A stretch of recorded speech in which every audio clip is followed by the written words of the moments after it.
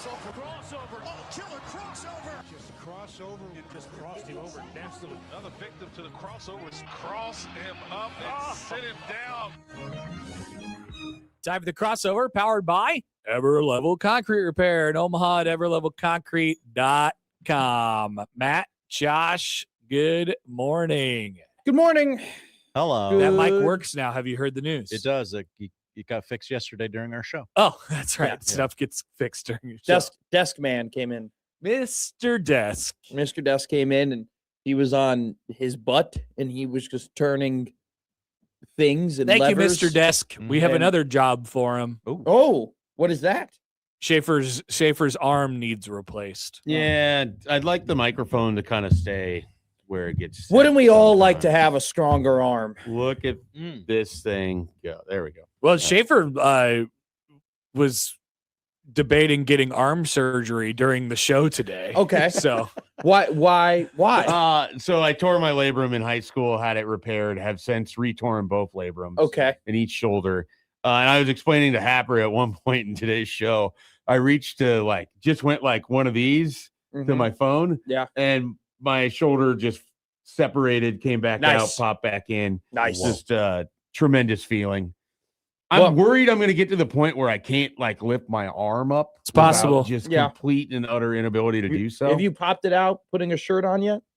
No, I don't think Okay. I've done that. All right. Have you popped it out rolling in bed? Here's the thing: it pops out and then pops back in. So I know not it's like annoying. I very rarely ever have it where it's out and then stays out. Yeah. So We There's that makes two of us. I had left labrum surgery and then I was supposed to like get a hockey thing. yeah, I was supposed to get right labrum surgery and then COVID happened. do you And- guys know anybody that hasn't torn their labrum? That's a great question. And I know basically so anyone that many plays people. baseball has strained it to a large degree. Johnson, no labrum torn. I got great labrums. Anyone that plays football likely has torn it because any level Yeah. of blocking, the jamming aspect really puts a ton. Well, of there's stress on it. also a labrum in your hip. Yep. And I've met people who've torn that labrum as well. That's a That bad labrum seems to like tear. terrifying. It was I want awful. nothing to happen to my hips. Ever. The girl I knew who did it was like basically couldn't do anything for 8 months. It just Don't looked want a hip so injury. painful. Yeah. And she was in high school when it happened. Mm. It was like that's gonna reverberate your entire life. Yeah, anything with the essentially. arms, it's cool. Do whatever, I but mean, it's definitely not cool, but it's more survival. but hips and groins and no. hamstrings and Achilles. You ever that's so I saw a guy Ouch. I saw a guy at intramural football and he tore his Achilles in intramural football. Like popped his Achilles in intramural football and he goes he's like, I'm fine, I'm not in pain. It's just I just know that the next year is gonna suck. Is essentially So what did he do the said. thing? Did he rehab it? Like he was an athlete? Well, you know what? Because some people they just don't get it fixed. I- It's like this is my life now. I No, just can't well- cut. Well, no, you can't walk when you pop your Achilles. Like when you got to get your Achilles fixed. I bet you could rehab it to be able to walk. I don't know that for sure. See, That'd be my guess. Here's my thing. I didn't know him. He was just a random dude, Oh. and he was just laying down. And I was like, "What happened?" Because the ambulance was coming, and he was like, "Pop my Achilles." It's Like, over. He's like, "Don't know what I'm." Serious. Honestly, if I pop my Achilles, I'd be done with intramural sports basically forever. Like it would take. I don't think I'd play hockey again. I don't think I'd do softball. I wouldn't do a whole lot. It's kind of what I thought when I took a line drive off the throat. Jesus. Yeah, it was a bad one. Did you went to the hospital and everything? Oh yeah, I couldn't breathe. And then they loaded me up in the old Smash the old Adam's apple. Yeah. Oh, I mean, I had laces on my Oh my, No, oh thanks. my so I got God. there and they sorry, but they shoved a camera up my nose to Yeah. look back into my Yeah. and they were like, we got to check this out just to make sure you're not totally screwed up. Yeah. And it turned out I wasn't. So it was it mostly ended up being I had to get over the fear of getting smashed in the head while Yeah. pitching again. Yeah. I pitched in a game 2 days later Wow. and it admittedly didn't go very well, but I did recover. Yeah. I did recover. See, I'm at the point now where this thing is torn. Okay. And if I were to finally be like, hey, I want to get right labrum surgery, I would have to go through an MRI again. I would have to do all that. Like they would probably have to reassess and recalibrate what they wanted to do. Generally, they don't just let you say I want surgery. Well, they just can't go off of what happened 5 years Fix it. ago. Right. Like they Fred don't- Hoiberg. I have Fix never, it! in my vast medical experience, Matt, I have never been able to say, hey, this happened to me. And they're like, we'll take your word for it. We're going to yeah, sure. But Come on. at this point, I'm kind of just like, all right, I'm going to keep playing softball and keep doing intramural sports and keep doing everything until we get to the point where I pop it out again. There was 4 years between the first labrum tear and then when I had it repaired when I was in college. Yeah. And then Oh, wow. I didn't rehab it that well. And the worst part is if you tear your first labrum, the chances of tearing the other labrum is like 88% or something. So this is like my left hand right here. See how my right hand goes higher than my left hand? I do. But you're also leaning. That Are you doing the There yes you go, thing yeah. over there? I got speed. No, So- I'm faster than you guys at this. So you see Two how great labrums. you see What are how we doing? my right hand goes higher than my left hand because this is the one I have labrum surgery on. And so you go. when I lift up, I can't go. I can't. That hurts. you didn't rehab it all the way. Probably You have. didn't get your full range of motion back. No, I didn't. Mm. I did not. But I know I got like- everything back. I just couldn't throw as hard as I used to. Like that was gone. I could not get that back. Well, that's the thing about the labrum. Like that's still the one thing in baseball they say that if you tear that, it's kind of like you ain't got Tommy John for the labrum. That's not true. They fix torn labrums all the time. But like in terms of getting the speed back and the chances velocity are, back. with Tommy John, you can come back throwing harder. With Yeah. labrum and shoulder stuff, Yeah. you won't come Yeah. back throwing. No, hard. you're done. It's literally Tommy John is a robotic. They give you a robot. Now you Yeah. got. I've had Guys had, like try to get it so they can throw harder. dude. Correct. That's seriously. I've Because had they take ligaments from your knees and they Yeah. put them in your elbow. Imagine if your elbow was your knee. You'd throw a lot harder. it's a great way of putting it. Seriously. I'm just thinking about the relative size. Think about how much Right. more your knees are doing than your elbows. No, I know you're Your totally right. elbows You're totally right. are worthless compared I to your wouldn't say knees. they're well. my knees are deadlifting all the time. If I'm being- Exactly. If I'm being honest with you, Knees are incredible. The only my s- elbows have to do one plank and they're just quitting on me. you're not. I'm being real. Like the only time I worry about my elbows is when I make sure they're not on the table. You know, Elbows don't do crap. they really don't. Not at this stage of my life. You know, back in the day, they were working. You know, they were going at it. It They is were nice to digging be into people's able- hips when you're in the I- paint and yeah, everything else. Yeah, I had to. But most of That's how I got playing. it is nice to be able to bend your arms, obviously, but like Think about that. Can you imagine? I mean, yeah. I mean, this It'd would be this pretty would messed up. suck. But Walking around however, like this would suck. when you are using this ligament in normal everyday life, you are most of the time doing nothing. You are lifting nothing, Nothing. right? There's Zero. there's nothing there. Your knees are always holding your body. the way you are describing just these simple activities right. is very. It's quite the funny. thought. It's no, quite it's the thought. no, it's really not. Biology It's- is incredible. It's really not quite the thought. It's kind of just standard thought. I mean, yeah, your knees. you are never your- thought about it. No, I've never thought about. Oh my God, my You don't knees never are- thought about how much more responsible for success your knees are than your elbows. I mean, Seems no. like you don't Why consider would your I? knees enough? Yeah. Do you like your knees? You at know all? what? That's the one thing I've never had a head injury, and I've never had a knee injury. The Well, first you part need might your surprise head. a lot of people. I know. I knew I was going to walk right into that one. Yeah, you But- need your head. No downplaying the head. Yes, you do. Hot take, Connor Happer. The head is not overrated. Ever Yeah. not choosing the knees over the head. Yeah, would you rather have your knees or your head? Poll question. I think you got to have the head first. Well, but the knees, they hold up so much. They're so strong. Yeah, but there's a lot of people who have heads, but you know. Hey, you'd be surprised how many people don't have heads now- but have good knees. Now that we've gone down this route, That's not true. Everyone has a head. not good heads. do you like what is the knees relative to feet? Oh, great question. Yeah, Because obviously you can get by without feet. People have You done def it before. I mean, you can get away with life without knees. they as work. well. They work You in can go- concert, right? Like you almost I don't know need. what that looks like though. You just take the knees out entirely, It's called Oscar Pistorius. but then you would still have everything Murderer. else. He didn't have Yeah. a leg. He didn't have a whole leg. Yeah, but no, he still had a thigh. I You know, guess, but what I'm but saying not a is knee. like Yeah, you could exactly. have That's a what I'm knee saying. You don't not need- have a foot. You can't have not a knee and not a foot. Sure. No, you're. That seems hard. That's what I'm getting at. I never thought of that. Okay, you're right. You can't eliminate the knee, but still have your Correct. foot. They Right. work in concert. They do. Yeah. They're kind of connected in a way. They did have thighs. Not actually. They're not connected. They're not connected in a way. They're literally connected. They are connected. It's kind of I always like it when we find a square is a rectangle, but a rectangle isn't a square. So I don't know, Shafe. I mean, I think knees feel more, important, more vital to success. But that is, of course, only if the foot is fully functional. Right. It could be Deion Sanders, where your just foot isn't fully Eight functional. toes. What do they always say? You invest on the things that are close to the ground. So like shoes and tires and things that's like good. Is that what they say? Yeah, I've that's, heard that. that's one of those things that Who's they say. they? They ought to include They are the knees in that people who say conversation. things. Okay. Are they wise people? Sometimes. Can be.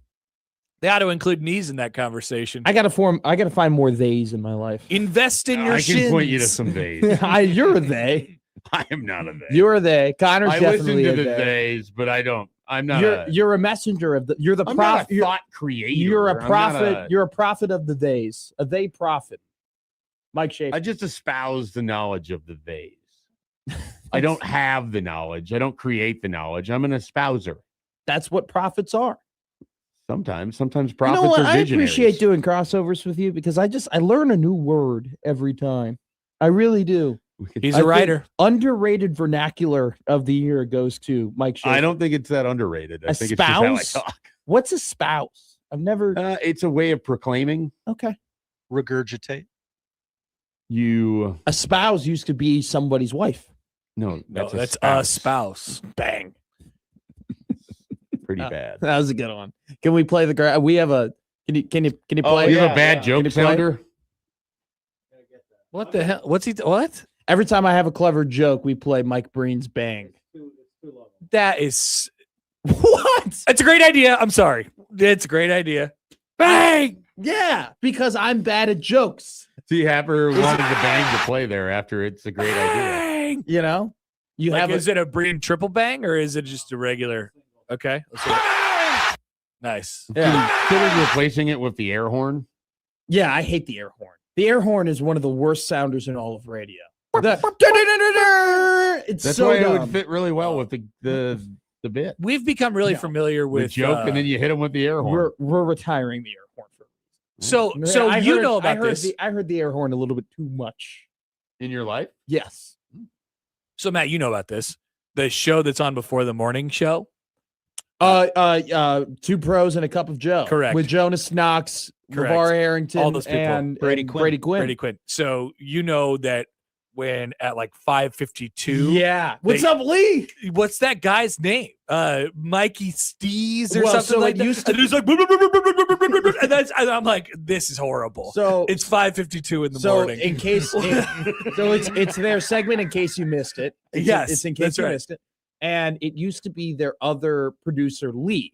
And Lee was kind It's of not Lee anymore. it's this younger guy who's like kind of a surfer. They call him like sounding Mikey surfer bro. Speaks or something. Lee was an idiot, but this guy's a bigger idiot. I don't know anything about his takes at all. And it's just like they just find the most. It's that segment is actually brilliant because it's so stupid. Because they just are like, these guys are dumb. We're just gonna give them 4 minutes of talk, and then we're gonna make. But fun they of do them. they do like a very air horny, super air horny, air yes. horn, Air horny. air horn dash e situation, not air horny. Ton of air horn, yeah. I was air horny on a flight to Denver once. Isn't that a good bit? Mike, it's a great bit. That's why it's a good bit because it's a bad bit, which It's makes a it a bit. great bit. I love drops. That's all I'll say. You think about bits too much. I'm just gonna say. Yeah. that. Like I want to kill myself, jump in the cold and die of frostbite. Oh, was that Patino? Yeah, Sorry, I can't yeah. hear him. I'm sorry. I miss was talking. I Patino. don't think I think about bits just. I think about bits just as much as the other guy. I think you're thinking about bits is in itself a bit. One that we was underutilized on our show that I really wanted to do is the one right below that, Matt. Hit the one right below it. I can't believe it. I love that one.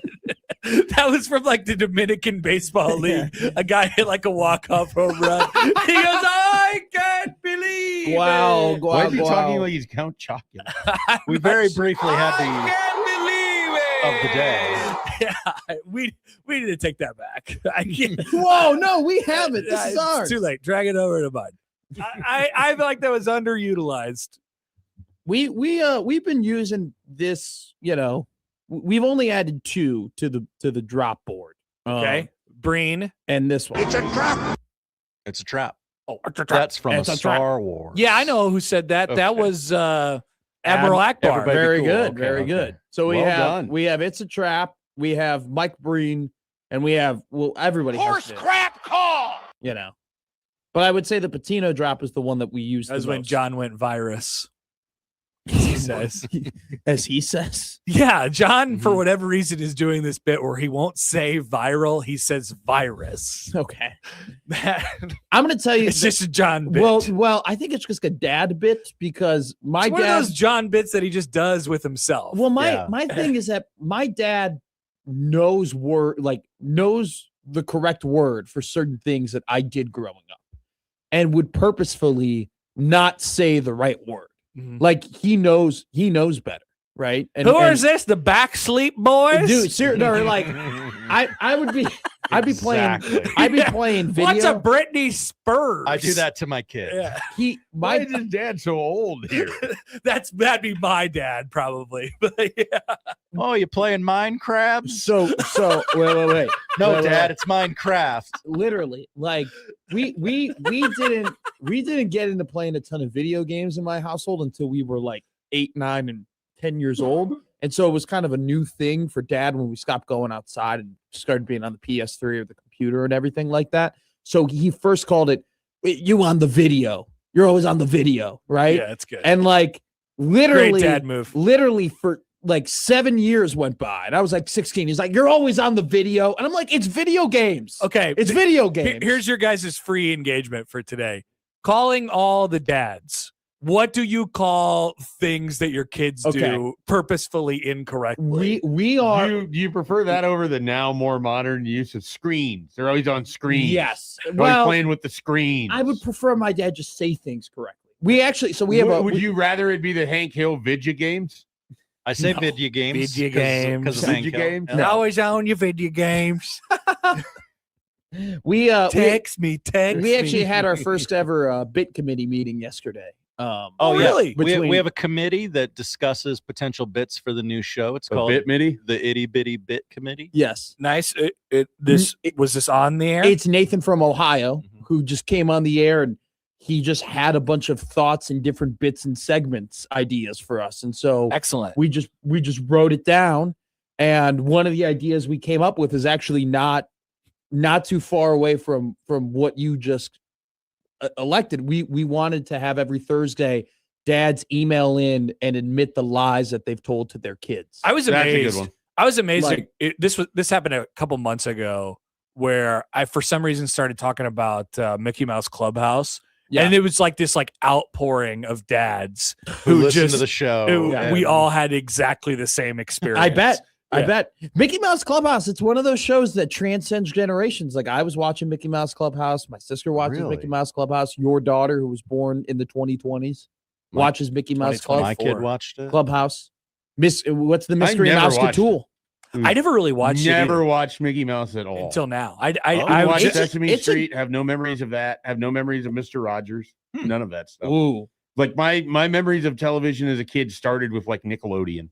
Basically. wow. Yeah, me too. Yeah, I didn't have all the the public programming, like the PBS and stuff like that. I never. Well, Fetch with. but Ruff you watched Ruffman. Mickey Mouse Clubhouse. That's Disney. Oh. That was Disney Channel. Okay. And then when you were done with Disney Channel, Disney Channel was on 42. And then when you were done with it, you graduated to 51, which was Disney XD. And that was for like kids who were like 10 to 14. Always on your Disney XP. Stupid channel. Kick Batowski. You can watch the Pro Bowl on Disney XP. That's true. Haber hit us with a Ryan. Ryan got tased. Yep, Ryan. They just tased Ryan. I got a We did text the- from a local father. I tell my child that she's always listening to K-pop's Devil Hunters. Yeah. And she hates it. You know what? My dad, I'm convinced. Like, I will tell. I think he's now doing it as a bit where I go, yeah, Jason's coming over, and he's known Jason and met Jason maybe 24 times. What's his name? What? Who's that? Every time. Every time. He's definitely doing it on Like purpose. I go, Brian. I go, Brian's coming up. Which one's Brian? Yep. The kid you've known for the last 12 years That's who's right. been coming over to this house over and over and over again. Which the one's one, Brian? the one who you literally text me. They just hey, changed Brian. Hey, Brian is on the Rays. How's Brian doing? But I go, hey, Brian's coming. Which one? Who? It's ridiculous. No, I know. It's very purposeful too. Yeah. I mean, at this point, we have to admit it as fathers. It's You know, crazy. It's real. I've told my dad, I have two friends, Tim and Tim. Okay. They both went to Dayton. All right. They're the Tims. We just call them the Tims. And I'll be like, yeah, the Tims are coming over. Tim who? Tim what? What are we? What? You know, Tim. Tim and Tim. They both went to Dayton. Have I met them? Yes, you have. Many times. So many times. Yeah. He's doing it up. It annoys me. I think it makes it even more likely that it's going to continue to happen because of your frustration Yeah. level with If it. you That react, is if the you goal. react to it, I'm going to do it. Yeah. But my dad is not supposed to treat me as if like one of my friends would treat me. He's just supposed to be like, okay. I don't know. It's a dad move. It's a classic dad move for some reason. I don't know why, but it's great. I'm trying to think of more I mean, words he purposely pretending said to have less incorrectly. knowledge than you do is like the ultimate sitcom trope of a 100%. dad. 100% of the time. I also think a big trope of the dad is I feel like I learned something brand new about my father every year that I had no idea about. Mhm. That I had no recollection. You've hit the or no age where clue. you start to see him more as a actual person and less as the guy who just drives you. to Million stuff. percent. Like he told me a story about how he used to eat lunch with Joe Girardi last year. And Amazing. I was like, you were actively friends with Joe. He was like, yeah, me and Joe. It's like we're chilling. Yeah. He's just Joe to me. Yeah, seriously. They're just getting Like, Philly cheesesteaks at Geno's dude, or what? they would hang out and be cool. He told me that he used to hang out with Mark Aguirre in Chicago because his dad, my grandfather was a And now you know your high school dad's a name superintendent. Yeah, low key. Like he became. I'm like, what do you mean? Like all of these? Like you mean the 2-time NBA champion, DePaul's greatest player ever, Mark Aguirre? You two were just cool. Yeah. I was like, this is like this. That's I felt like you should have let off with that. I definitely misheard when you said that the first time. You thought he said Mark McGuire. I thought he said Mark McGuire. I was like, well, that's weird. No. I don't know any connection that would happen there. I don't think anybody's ever actually known Mark McGuire. How can you know Mark McGuire? That's a great 30 for 30. Getting to know Mark McGuire, Who knows Mark? knowing Mark McGuire. No. What if Knowing I Mark. told you the Mark McGuire you saw on TV wasn't the real Mark McGuire? No, it's like, what if I told There you was no Mark McGuire. what if I told you you never knew a man who was always in front of your face? He had a lot of home runs that one time. That was More cool. than one time. It was a couple times. Yeah, a bunch of times. I mean, he hit over like 500 is 600. Did he go over 600 or was he a 580 something guy? The 580s. I'm gonna go 585. All right. Anyone else want to play? I'll do 542. Ooh. 571. Did he get to six? He might have got to 6. I'm I starting to don't think convince he's one of the myself. 6. All right. right. Everybody locked in? Yeah, we're in. Because I think you can name all the 6. 583. I went over though. Price is right rules. Sorry. So 571 win? I guess so. Oriole and an angel. Oriole who was an angel, or angel who was an Oh, Oriole. are we doing the grit? We don't have time for this. An Oriole that was an angel? Yes. Chone Figgins. It's usually one. I that don't you think he do. played for the Orioles though. I take it back. Don't do Chone Figgins. I think Jemai Jones would work if he played in the Angels as a major leaguer. He was in their minor league system. Eric Ibar. Oh, that's a good one. Was he ever an Oriole? I don't remember him as. How do you spell Ibar? AY. I don't. usually just think of pitchers in this. I don't regard, think he's yeah. I don't think he counts either. There was a Cubs one, so we already got that done. Let me put Really got to know Starter. your relievers. I haven't done immaculate grid in a long time. We did it on a crossover a couple weeks ago, and it was sort of fun. It's good to train your brain. It's always great to train your brain. That stuff I'm always like big on for about 2 months, and then I just stop and never Dude, do it again. That is kind of just Wordle- my life. Wordle, like I had friends that like they were texting about it every day, and then I stopped and didn't ever comment on it, and then they all stopped. And this is where we started talking about Farmville. Yes. Because Matt was amazed by Farmville. I can't believe people just would Mhm. farm on online On the Facebook. internet. Yeah, that's Yeah. crazy. Yeah. You guys ever do Webkins? Were you too old for Webkins? My Oh, sister that did is- it. My sister had it. Sounds inappropriate. No, it was fun. It was a good time. What is it? It's like you would buy plush dolls, like kind of bigger Beanie Babies, essentially, and they would have a little W on them, and they would be Webkins. And then you would go ahead; it would come with an internet code, and then you would go online. You put the code in online, and then it would be you'd have a digital like dog or a digital tiger, or a digital turtle, so you could have So it's like a Tamagotchi, yeah, basically, but you got a plush toy out of it. yeah, and Giant scam. yeah. Oh, well, I don't know. It was fun. Like you build a house, and you can do different themes, and then you could like go to other So the people's Tamagotchi houses. plus the Sims. Basically, yeah. Great way of putting it. Great way of Spent putting a it. lot of time playing the Sims as a kid. Sims was good. I got to, The creating a fictitious life for a character that was more boring than my actual life was somehow more fun than Same. me living my life. I would go on GTA and just follow the rules. Really? Oh, I'd I've done that before too. Stop at the stoplight. You just You drive the are- rate of speed. Yeah. really Listen to the radio. Yeah. Are you a There's loser? the whole function that you can like just be a police officer in the police vehicle, or Yeah. one of them that you could pick people up like a taxi or a bus Yeah. and just crazy. take them to their location. Like obviously there would be times where I would blow everything up Mhm. also. Yeah. But sometimes I wanted to play it cool. You I would- kept making all the stops. Yeah. Well, they now have a casino in GTA 5. So They do. Yeah. You It's- can just go play blackjack for dude, hours. Literally, Yeah. just sitting down. What do you mean now? Yeah, GTA 5. They now have. Yeah, For the Like, last- they're still updating this thing. The Yeah. GTA Online has basically. For the last few years they've had it. It makes Okay. me a little worried about the next iteration of GTA that they won't care about the campaign at all, and it's just to get another version of GTA. I don't extra know. stuff. They're putting so much effort into like they've The delayed it campaigns so are all I many care times. about. The rest of it, I do not care at all. Oh, Seth Rollins. I mean, the free world, sure, but Alrighty. That was the crossover. Powered by Everlevel Concrete Repair in Omaha at everlevelconcrete.com. Middays with Matt coming up next.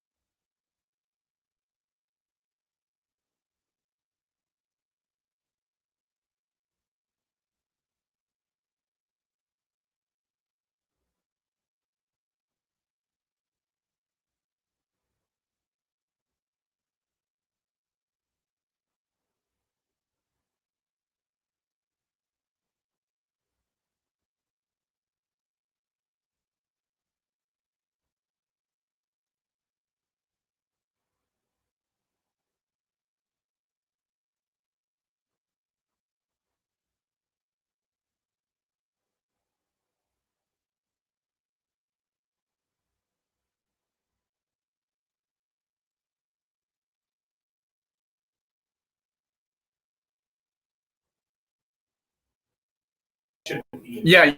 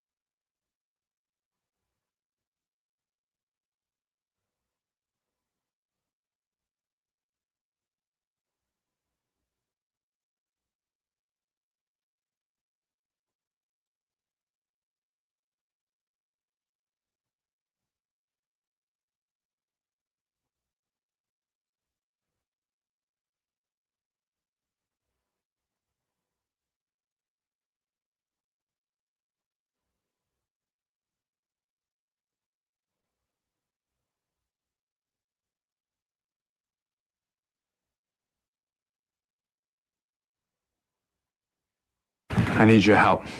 I can't tell you what it is. You can never ask me about it later, and we're gonna hurt some people. Whose car are we gonna take? I have a lot of things I want to get off my chest. That's an absolutely horse crap call. Make room for Daddy! But they are who we thought they were, and we let them off the hook. Chicago is.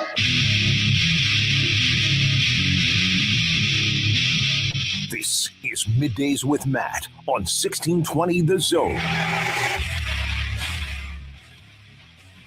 Middays with Matt here on 1620 The Zone.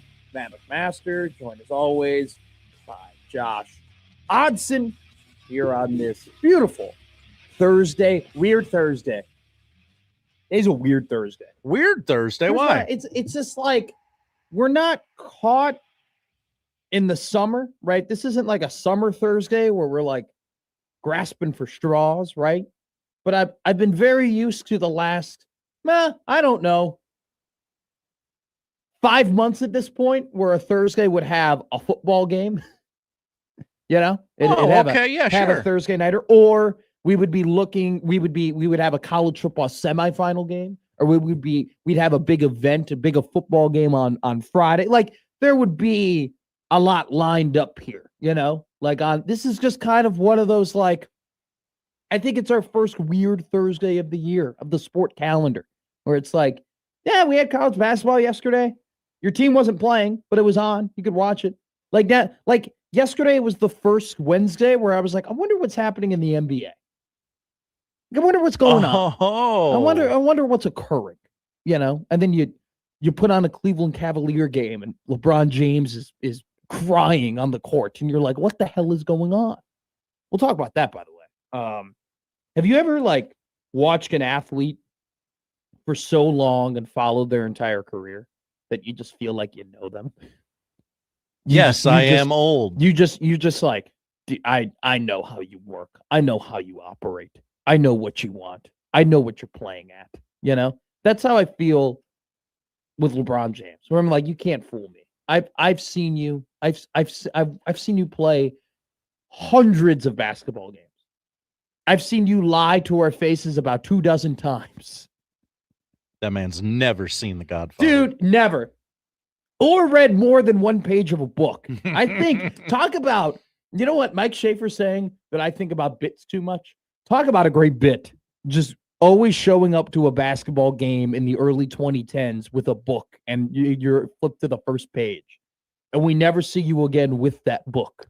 And flip to another page. Correct me if I'm wrong. This took place about the same time. He started doing that when guys started taking their like PlayStations and Xboxes to the locker room. Here's another, and he kind of zagged like, okay, I'm taking a book. Have you ever seen anybody, a normal human, walk into a building just reading a book? No. Have you ever seen anybody in this office ever walk into this office reading a book? No. Josh Peterson tells you Book every nerd. Day that he's finished another book. Yes. And even he's never walked into the studio reading a book. For those people who work 9-to-5 jobs, like in an office, Normies, we call them. if you saw a coworker of yours walk into an office with a book open, walking and reading, what would you think and how would you react to that person? Well, my first reaction would be, damn, that must be a good book. No, that would not be my first reaction. My first reaction would be like, oh, here's Jeff trying to look smart again. You're not fooling me, Jeff. You're not fooling me, Jeff. You put in 4 wrong numbers in the spreadsheet yesterday, and I'm supposed to think that all of a sudden you care about Winston Churchill and what he had to say? Get out of here. All right. You're just trying to look good for Cindy and Cindy the secretary. I want her to think I'm smart. Exactly. So, a tree fell through my house. But I just thought I'd stay on, What do you think about this LSU transfer portal? Yeah, I mean, didn't I get a great transfer portal last time? Fine bomb. What a guy. No, we'll talk about LeBron James and his fake retirement. We'll also talk a lot about The Athletic was cooking today this morning. Cooking? They were cooking today. Okay. The They had a great day. Lay it on me. I normally do The Athletic after the show because I'm bad at my job. We've jumped the shark with Bill Belichick. Yeah. Did we really have to have a 1,500-word article today about and it's the 4th time. We're kind of in the dead now of the football season in a way when we have to quite talk about the Super Bowl game yet. No, we're too far away from that. But we're also, I think we're 85 days away from the NFL draft, so we're too far away from that. Don't ask me why I know that. So we're in that weird period where we're too far away from things that are close enough to eventually talk about, so we're kind of just stalling. And so that's why today we are going to talk about the Hall of Fame, because Eli Manning didn't make it. Once again, where we will have, at some point, the Eli Manning, should he be in or should he not be in the Hall of Fame, will just become exhausting. It probably already has to some people. We are getting there. We haven't gotten there yet, though. We'll have that quick conversation. But we had a whole other article. Now we had to confirm that Bill Polian voted for Bill Belichick, which was crazy that we're now having to go through sources and pull votes and everything like this. Hey, he didn't get in. It was dumb. Let's move on. I'll tell you right now, I'd give my left leg if the Hall of Fame committee would just put Bill in right now. Why can't they? Just do it. You can have my left leg. Have the whole thing. We're talking about the same committee, by the way, that kept Terrell Owens out for 3 years, even though he was one of the best wide receivers maybe ever. So, one of those things where it's like, if they don't like you, you're probably not going to get in, which sucks, and it's stupid. But pettiness lives in sports. I don't know. Maybe be a nicer human being that doesn't cheat. Yeah, but he's still the greatest NFL coach of all time. Probably the greatest coach of all time. Not probably, is the greatest coach of all time. Even though Tom Brady, and we found this out too in the Athletic article, Tom Brady winning in Tampa Bay definitely did hurt his legacy, which is kind of wild to think. Well, what's the meme? He waited 65 years for his girlfriend to be born. He can wait 1 year to be put in the Hall of Fame. It's not a meme. It's a good saying. It's a saying. It's a saying. We'll give a quick bracket breakdown. Just across the NCAA, we're a couple of days away from being in February, which means if we're doing boy math here, we're a month and a half away from being in the NCAA tournament. So let's take a look across the country to see where we are as teams jockey for position. The Arizona Invitational, as Charles Barkley called it By last the way, night. let's have a quick convo about that because we're not going to use it as a segment. I had no clue that they were on yesterday. Like has ESPN not been promoting that they have Inside the NBA They and are that not they're back? they are not promoting it because if you have watched it, it is clearly a different show. Okay. There are time constraints that they didn't have at Turner. Nobody seems to care as much as they did at Turner. Like it is not something you want to be promoting right now. It's one of those things where it's like, this should be a gold mine for you. This should be, it was the top. Look, I was a fan of Inside the NBA from 2010 to roughly around 2018. They kind of, I don't know, they kind of lost it for me, especially when Shaq went from being like young guy to like old man yelling at the clouds, because he's made that transition for sure. And he's become, I mean, Shaq has gone from, I'm going to defend my guys in the league, to now all the guys that he defended in the league are now retired. So now he's back to doing what the 90s guy did, which was saying how bad the guys in the league are now. Could never make it in my generation. You know what? Nowadays, I drop 50. I drop 50 with these rules. So his thing, like, since he's made the transition, since he's gone from young guy defending his dudes to old man yelling at the clouds, it's lost its kind of je ne sais quoi for me, if you will. Still, though, there's so many people who love that show. That show is still a draw. That show is still beloved. And frankly, it's the best product that ESPN owns. I don't think there's any other product that ESPN has and that they produce that is more entertaining and more beloved by a bigger number of people than Inside the NBA. And yet, they put them on twice to begin the year, then they took like an 8-week break, and now they're back. And I see no commercials for them and no promotion for them. And I literally found out yesterday that they were on the air through Twitter. That Chuck said something half funny, which, by the way, him calling the NCAA tournament the Arizona Invitational, first off, is just false. Okay, it's just false. There's a lot of really good teams that could win the NCAA tournament this year. Don't get me wrong, Arizona's the favorite, but it's not as if they are. I don't think they are so much better than everybody else where it's like you're only chasing them. I think they're better than everybody else, but I don't think this isn't like UConn women's basketball where we're all showing up, to these tournament games knowing it's just going to come down to can South Carolina get them in the Final Four? Like, that's not where we're at with Arizona. Regardless, him calling it the Arizona Invitational is like the 87th funniest thing he's ever said on that show. Not even. So, I don't know. It's kind of lost its luster, and it's ESPN's fault, which seems to be becoming a theme. And that's the weird thing about Inside the NBA and the NBA in general is that they, much like the players in the league, they don't really try until football season's over. No, not really. So, good point. Yeah, they were on for like the first week of the season, then they were off until Christmas, and now because we got to get NFL Live with Laura Rutledge, Dan Orlovsky, and Mina Kimes and Marcellus Wiley all the time in the world. Which, by the way, I do like NFL Live. I don't want that to. It's a good show. It's a really good show. It's actually like a proper journalism show, for being honest. It's actually a group of people who actually give a ton of effort to find out what they're saying is true. Which I didn't like, by the way. There's so many people in the industry who have incorrect takes, and then we kind of just ignore it, and they're still put on TV, and it's whatever. And Mina Kimes has a really bad take about Geno Smith, and yet everyone wants her removed from television. Well, she one of them lady talkers. Yeah, that was a little ridiculous how much hate she was getting on Twitter. I don't agree with that. Anyway, so we'll do a quick bracket rundown just across the country. Did some homework for everybody. Went ahead.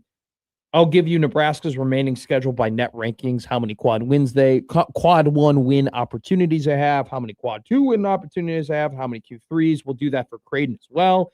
Did a little homework there. Cole Payton, killing it, man. North Dakota State quarterback, formerly Omaha West Side quarterback. He's at the Senior Bowl. He's getting talked about a ton. We'll talk about the Senior Bowl and things that are developing there. Also dive in to an athletic mock draft that came out today. And we'll talk about some aspects of that athletic mock draft in regards to Nebraska football and their inability to consistently develop first round draft picks. Additionally, Farmers Insurance opened today. Whoa. Fun. We're not going to talk Already? about it, but Pat Reed leaving Live, going to the PGA Tour. Does this begin the mass exodus from LIV all the way back to the PGA? Bryson DeChambeau can ask for $1 trillion, right?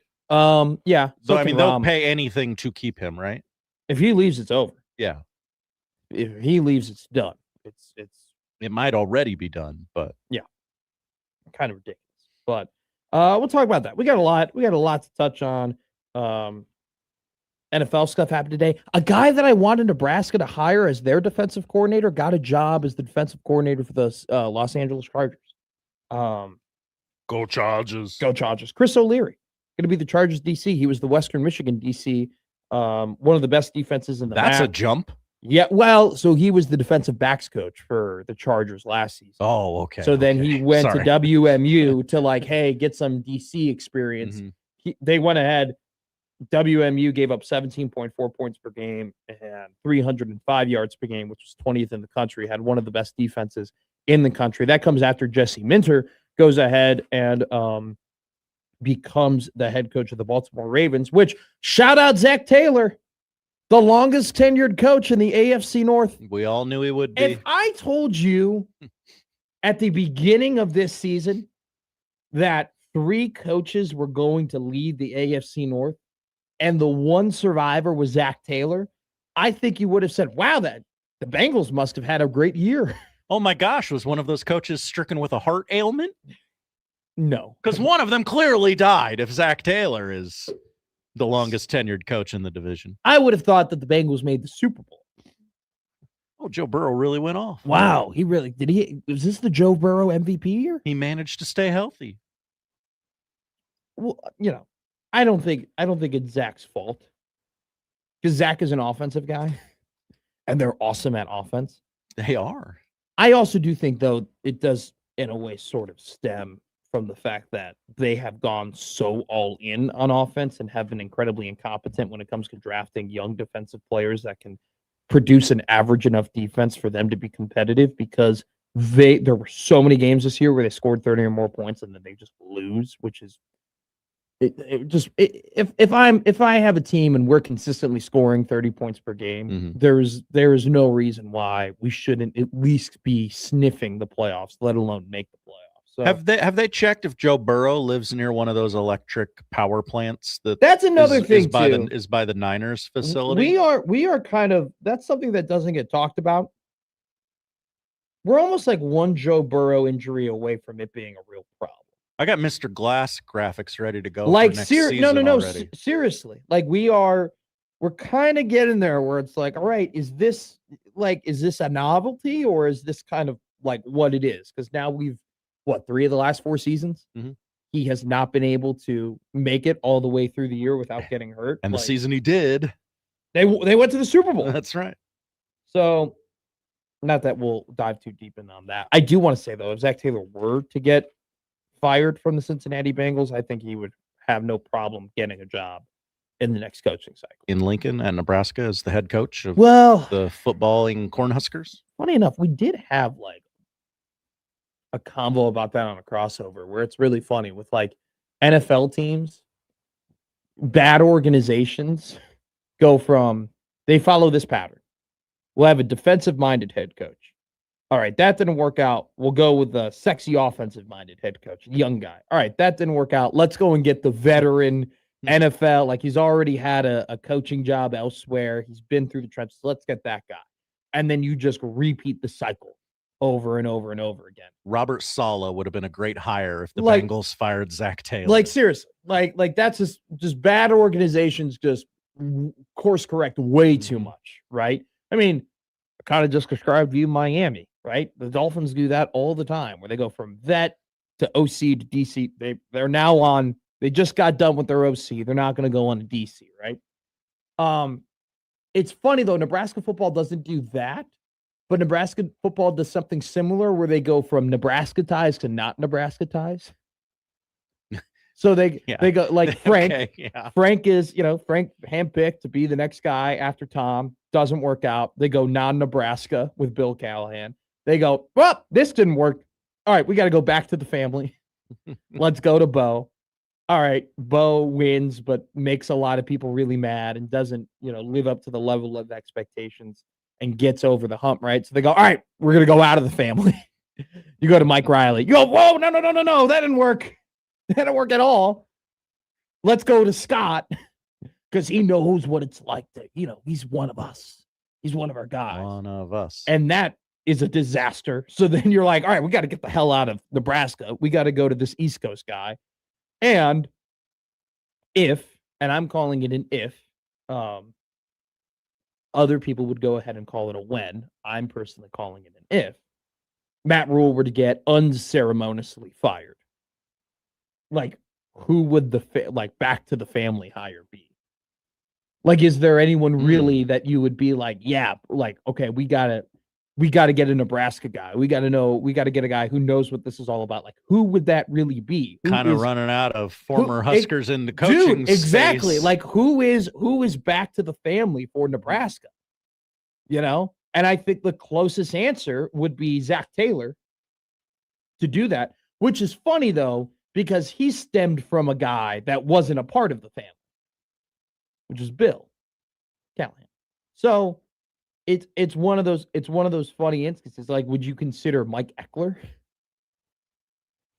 back to the family? Because he was a linebackers coach, but he was born in Nebraska, but he didn't play at Nebraska. So then you start blurring the lines of like, are you supposed to be from the state? Are you supposed to be from the school? But he was from the state and he did coach the school. So that's just an observation and a fun conversation to have. If Matt Rhule were to get fired, who would be the Nebraska hire? Like, who would be back to the roots hire? No. Well, actually, we should have stole the wheel. Damn it! In the divorce court, the wheel's ours. The wheel's ours because I know where the wheel is. Just put as many politicians on there as possible. Condoleezza Rice. I think W could coach some ball. You know what? Do you think there's some people who would say, get John Cook to coach the football team? Yeah, I bet it would not. Do you think we would be as volatile as other hires? If we went through another Nebraska head coaching search, over under callers to say, you know what? John Cook loves football. He originally wanted to be a football coach. He's such a great leader. I say we hire John Cook to be the football coach, and then we hire a bunch of great coaches around him. I'll hang up and listen. Over under half a call. Would you take the over or under? I'd take the over, but not by much. What if it was 1.5? I would consider taking the under at that point. Okay.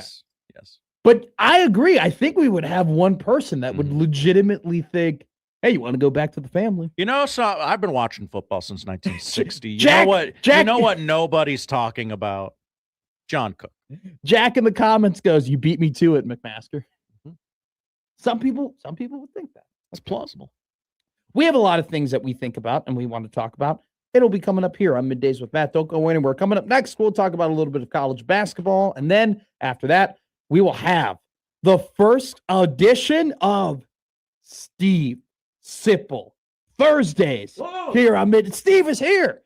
Sipple. It took us 3 weeks to book him, but we got him. And he will be our regular Thursday, 11 a.m. guest. And as always on Thursdays, it's the KETV Thursday edition of Middays with Matt. Today, we have Lauren Michelson. That's the lineup powered by the rooferys at John Higgins Weather Guard. And don't forget to join in on the conversation with us, 402-951-1620, the Prairie Flower Casino hotline. Play longer, win more Prairie Flower Casino. And don't forget to reach us at the Equitable Bank inbox. Equitable Bank, they take banking personally. Old man Doug, pick up on the first ring every time. Matt at 1620 The Zone. Josh O at 1620 The Zone. Got a good show ahead of you here on Middays with Matt.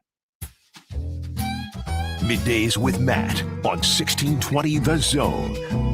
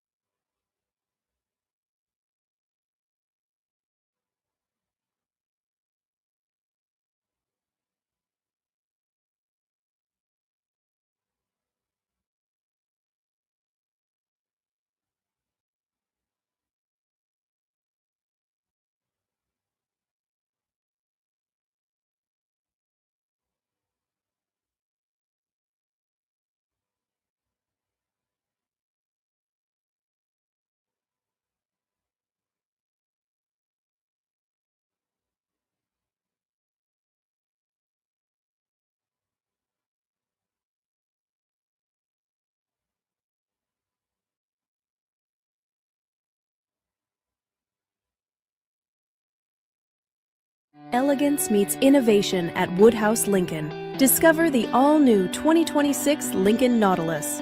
And for a limited time, enjoy exceptional financing offers. 0% APR for 48 months or 2.9% APR for 60 months. Browse in-store or shop online at woodhouselincoln.com today. With approved credit, must finance with Lincoln Automotive Financial Services. $299 doc fee due at signing. Offer expires March 31st, 2026. See dealer for details.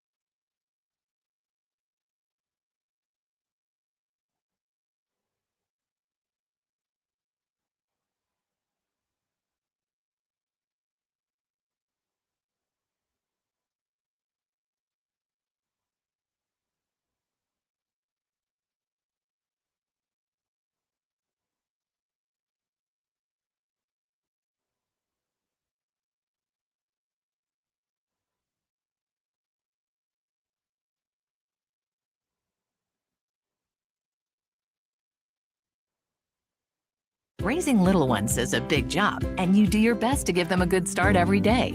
That means making sure they're well cared for while you're apart. You work hard, but it's not always easy to make ends meet. There may be help. Find out if you qualify for Nebraska's child care tax credit for working parents. You could be eligible for a credit of up to $2,000 per child on your next tax return.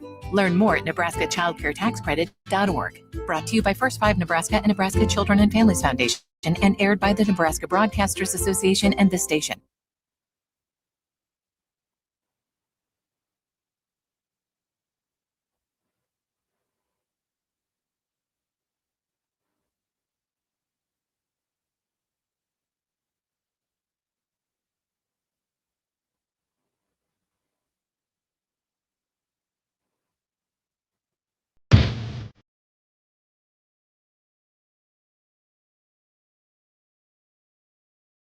Now, back to Middays with Matt on 1620 The Zone. Text in here on the text line. Are we one Burrow injury away from his retirement? I don't want to go that far.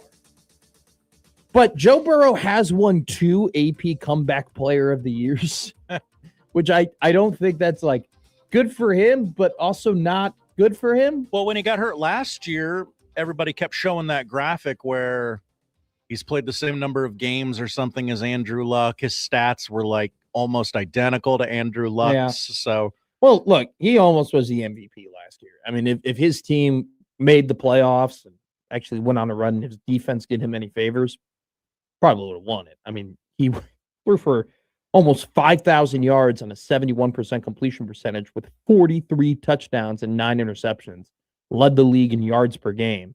And then this year, though, gets hurt again. So last year, so he was hurt this year, wasn't hurt last year, was hurt in 2023. That was the whole thumb thing, the whole hand injury that kept him out for basically half the season. And then in his rookie year, everybody knows he tore his ACL. So he's missed now, see here, 17 games in the last 3 seasons, which is just a lot for somebody who's a franchise quarterback, which once again, I'm not saying currently we're having this conversation with Joe Burrow, but we're like 1 injury away from it being just who he is. Like if he were to get hurt next season and he is out for a very, very, very long time, then we're like, all right, maybe this is just something you should expect. Like, I love Joe Burrow, and Joe Burrow's great, and undoubtedly when he's at his best, he's one of the 3 best quarterbacks in the NFL, but he can't stay healthy. We're 1 injury away from having that combo. He still is 1 season removed from playing all 17. So, one of those things where, I wouldn't call it we're 1 injury away from retirement, but, we, things are getting a little By the way, how to describe it? I don't want to say frisky, but we're kind of walking a tightrope in terms of the injury and durability status, if you will, of Joe Burrow. Steve Sipple coming up next here on 1620 The Zone on Middays with Matt. We are going to be talking. Should we talk more football or hoops with Sipple? Because Sipple knows his hoops. Sipple loves his basketball. That's the one thing I always said when I was working in Lincoln. You know that football season is officially over when you see Steve Sipple at the first basketball game of the year. When you see Sip at a basketball game, you're like, all right, we are fully into it now. That was kind of the marker. I assume we've all we've had our first Sip sighting, I imagine, right? Oh God, yeah. Yeah, you typically have the first Sip sighting around, December, early December. It's kind of when I would first see him. We for sure had that. Also, Sipple has been very much on the train of we need to have higher expectations for the basketball team.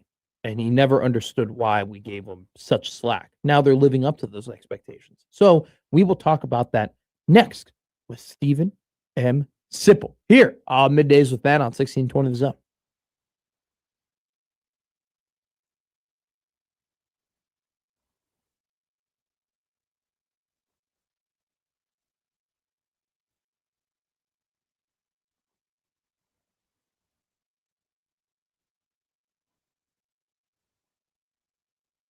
On 1620 The Zone, where beer is Nebraska fresh, never boring, and always evolving. Find them at the original location in La Vista at their DraftWorks location.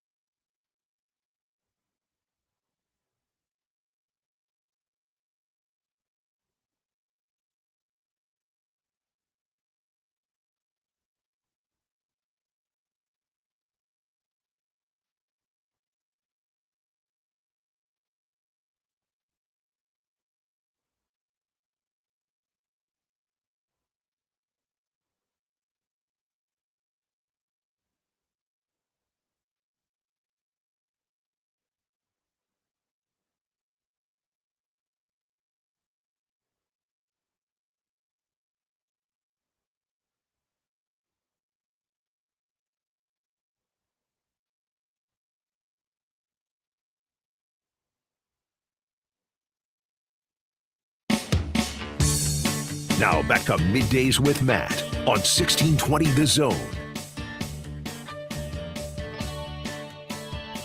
I love mob movies.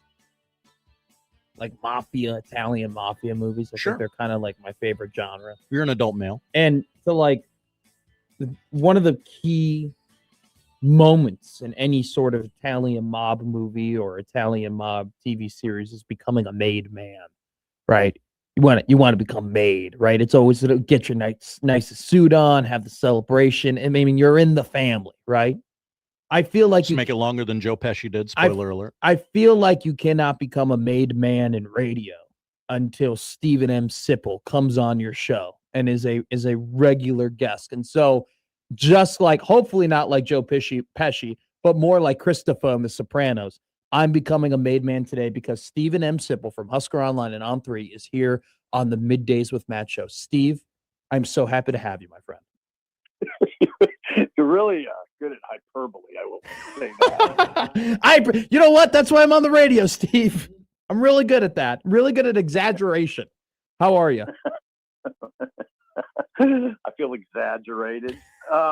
Yes, I'm good. How are you guys doing today? Doing good. Congratulations, by the way, on your new little world you got going. Thank you.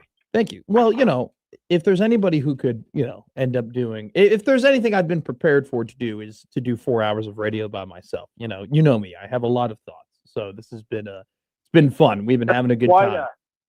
It's quite an undertaking. It is. But you've always, you've been, radio at this point. You can always find something to talk about. Also, too, I got Josh Hodson right across from me. So I got one of the best producers. So we're chugging along here. Now let's talk about a team that is chugging along. I'm going to eventually talk to you about Nebraska football. But Steve, you've always been one of the people who have had heightened expectations for Nebraska basketball. I remember this time last year when Nebrasketball was going through that up and down of massive win streak, massive losing streak, inconsistencies. You lose bad games at home, but then you go to the West Coast and beat Oregon and Washington, and you kind of turn things around. How has this season been for you? Or how much fun have you had? Because you've been a follower of this team and a good reporter on this team, and you've always kind of expected this team to do better, and now they are not just doing better, but they're one of the best teams in the country. Yeah, it's difficult kind of size up. It is fun. It's quite a study. I always think about we've so long gone on through basketball seasons with this mindset of, God, if they can just win one game in the tourney. So first of all, I thought that was incredibly low bar to set, but I understood it. I understood it in the context of history. I mean, I've looked at this season in a very frank way. Starting when they beat Illinois, I don't like to say ahead of the game, but I was right away. I was like, okay, this team can win the Big Ten. I mean, this is a really good team. I thought that's what I've thought the whole time. Mm-hmm. Nothing much surprises me. Now, the other night did. Playing without Rink Mast and Braden Frager, and then doing what they did, that surprised me. That was sort of hard to believe. But I said on my show all week, I watched Michigan play Ohio State and thought during the whole game, Nebraska could definitely play with these guys. Michigan. I wasn't worried about it, but not having Rink, we knew they wouldn't have Frager. Not having Rink, I thought, okay, this is trouble, but it wasn't. So I think the long and short of it is we're saying two things that are reasonable to say, and at the same time almost sound outlandish in the context of history, and that is they're the best team in the Big Ten and they could win a national title. Yeah. But that's the truth. I mean, there's no way you can really push back on that at this point. I don't think you can at all. And I honestly, I think I kind of felt that way a little bit after the Illinois game, where I was like, wow, this team took a lot of hits, and they still were able to beat a team that outmatched them in terms of size, right? I mean, Illinois was so much bigger than them, and they ended up beating them on a buzzer beater. And then I felt like you got kind of that confirmation when they beat Michigan State.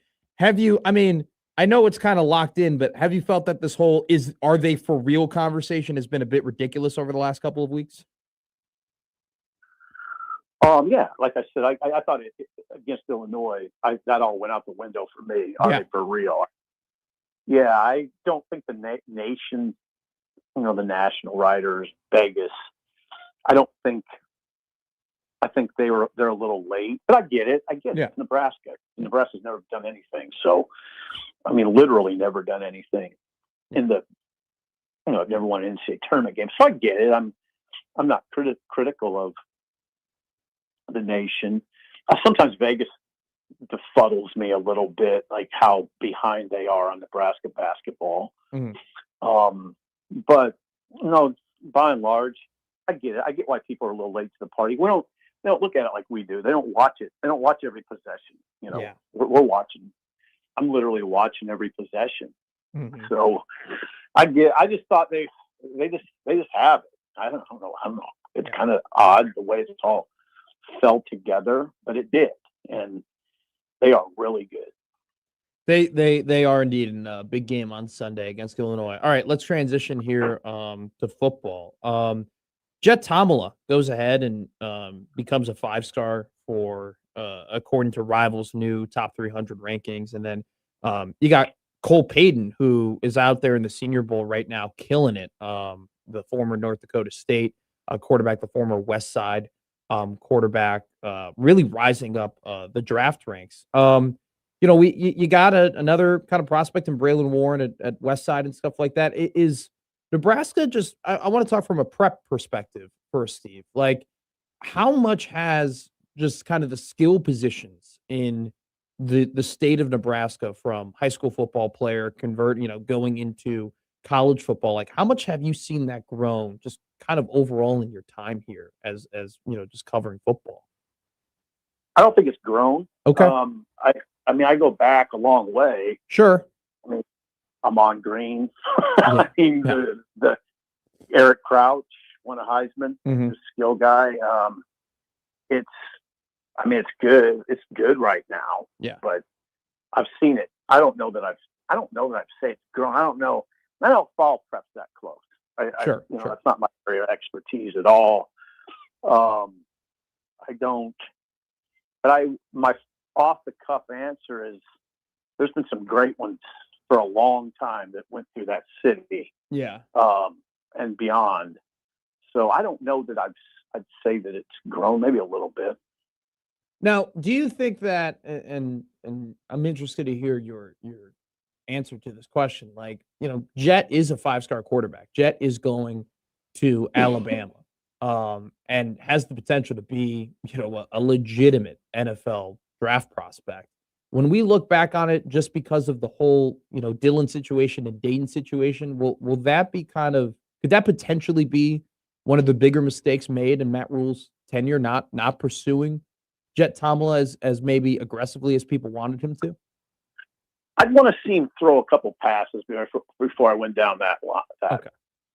I mean, I don't do that thing where I'm not going to be critical of a coaching staff for not recruiting a player before that player ever plays it down. It's really dangerous. We did it with Flores, who went to Oklahoma State and has done nothing. I mean, it's sort of foolhardy, right? Yeah. Like, I'm not to criticize Matt Rhule for not recruiting Jet Tomala before Jet Tomala plays a single down or starts a game. I don't know. I guess potentially but I don't want to go too far down that road. Okay. They have Nebraska's quarterback room looks pretty good to me. I agree. Yeah. As it stands. So, I mean, it's all kind of interesting. There's a lot of criticism of Dylan Raiola now, but nobody was criticizing Nebraska when they brought him in. No, everybody was all in. So I don't really do that. I'm not going to do that. I've seen too many instances where you kind of criticize a staff for not recruiting player X. Player X goes somewhere and does nothing. So it's just then you're just kind of, it's wasted breath, Yeah. I agree with that in some regard. There are also, I think also there have been a lot of revelations, it seems like recently, like getting caught up in star ratings, right? And I think we've kind of come to maybe not value them as much just because of, in part, what Kurt Cignetti has done, right? I mean, he's not on the top of the blue chip scale, right? But yet they're going ahead and win national championships. I'll let you go after this one. I just want to get your thoughts. We haven't talked in a while. You know, I know that the offseason isn't over. I know we have a long way to go till August, but it's kind of, we're done with the first trimester in a way. If you're going through a school year, right? Because you've gone through the transfer portal and the window is kind of closed, and you're probably not going to add, you know, too many, if any, players to your roster until we get to that first game of the season. How would you just evaluate and grade the offseason up to this point for Nebraska football, not only from a player perspective, but also a coach retention and acquisition perspective?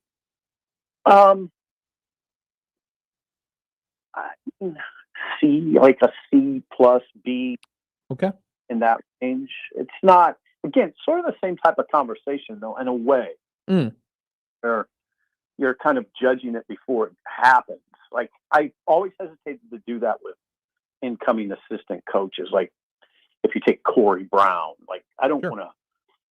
Let's see what it looks like after 2 years. You know, with Addison Williams, it's looked pretty good. With a couple others, it did. We needed some time to assess, for instance, Donovan Raiola, and, you know, after 3 years, that's a great period to judge a coach at a place. Didn't work that well. But I'd say the portal class, I think on our website I gave it a C plus. There's a lot to like about it, but the interior line is that was a big sort of miss. Yeah. Now they got some guys that have promise. The kid from Boston College, the kid from Pitt, they look all right. But I love Calandria. I love it. I mean, I'm big team Calandria. I think he could be very important to this program. And they went out and bolstered the linebacker room to a high degree. With other stuff too. I mean, but those two things stick out, along with the offensive line. I thought they did a good job of fortifying that. Probably went and got 3 starters actually, so that's pretty good. Yeah. And so but some of it's a little underwhelming, and that's hence the trepidation. I feel a lot of trepidation in the fan base. Just a lot of sort of disgruntled fans, and but the good news on that is Nebraska's not going to battle high expectations. There's not going to be that. They're kind of laying in the weeds, and that's not a terrible place to be. A quick follow-up, a little underwhelming. Is that coming more from the perspective of just the players, like just straight up, like with the players they acquired, or is a little underwhelming stem from some of the comments made during the season about having the ability to compete with the big boys and then not really competing with the big boys?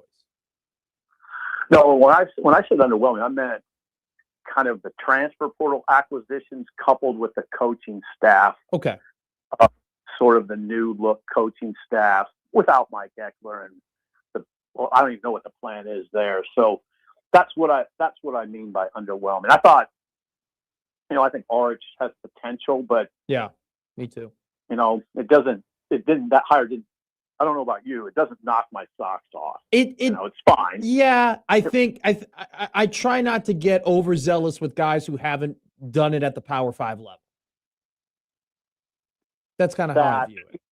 Just his overall resume. Now, but here's the beauty. Matt Rhule maybe just sees something that a lot of people have, or a lot of people don't. Yeah.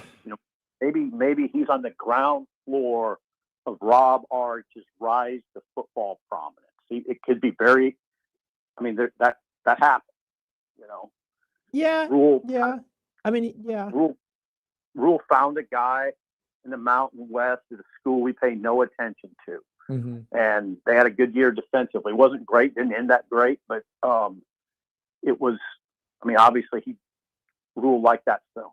So maybe, like I said, he could be sort of on the ground floor of something.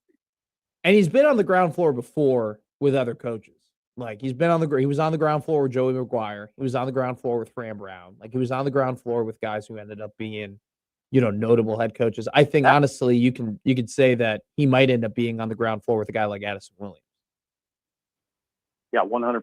So we'll see. It's just and we'll have these conversations as we go on, Steve. But it's like the juggling between what when do you stop putting so much merit into the things that he did at Temple and Baylor and start paying attention more to the things he has done at Nebraska. And I don't know if we'll fully have that question until there's either success or I think we're there. You think you're there? Yeah, I think we're there. You think you're done kind of looking at Baylor and Temple and allowing that to give you more hope? Yeah, I mean, I think, yeah. I think I'm there too. That's where I'm at. Yeah. All right. Well, Steve Sipple, hell of a first conversation, my friend. I look forward to this every single Thursday at 11 o'clock. You're the man. Appreciate you coming on from 93.7 The Ticket and Husker Online and On 3, Stephen M. Sipple. Thank you so much. It's a good time, and I look forward to it too. Steve, these are always great because we have conversations, man. Like this is an interview. I just like talking to you. You're just an easy person to talk to, Sip.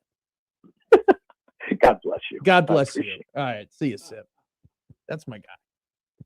He might be, I don't know, like Stephen M. Sipple is Connor Happer's dad. That's right. But Steve Sipple is my uncle. We'll put it that way.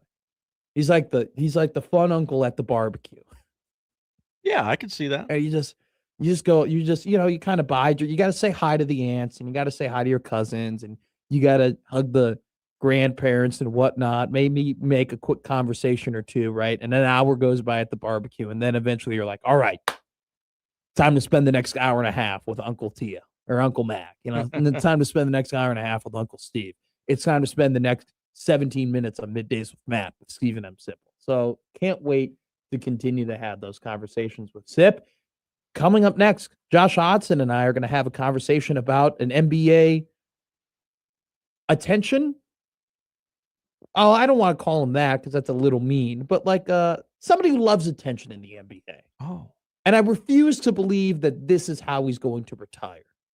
John, type up that email now. Basketball. Basketball? Why are we talking about basketball? I'm going to tune out. I'm sure John doesn't talk like that, but I have to differentiate it from my voice somehow, John. We're going to go ahead and talk about LeBron James, then about jumping the shark with Bill Belichick, and then we will give you a breakdown of the NCAA tournament bracket right now, what to watch, what to expect, big matchups, where does Nebraska fit, where does Creighton fit, by the way, Omaha Mavericks, big win yesterday against South Dakota State, massive W for your reigning, defending, undisputed Summit League regular season and tournament champions, looking to go back-to-back, big win against the Jackrabbits. We will talk about all of that at 12 o'clock here on Middays with Matt.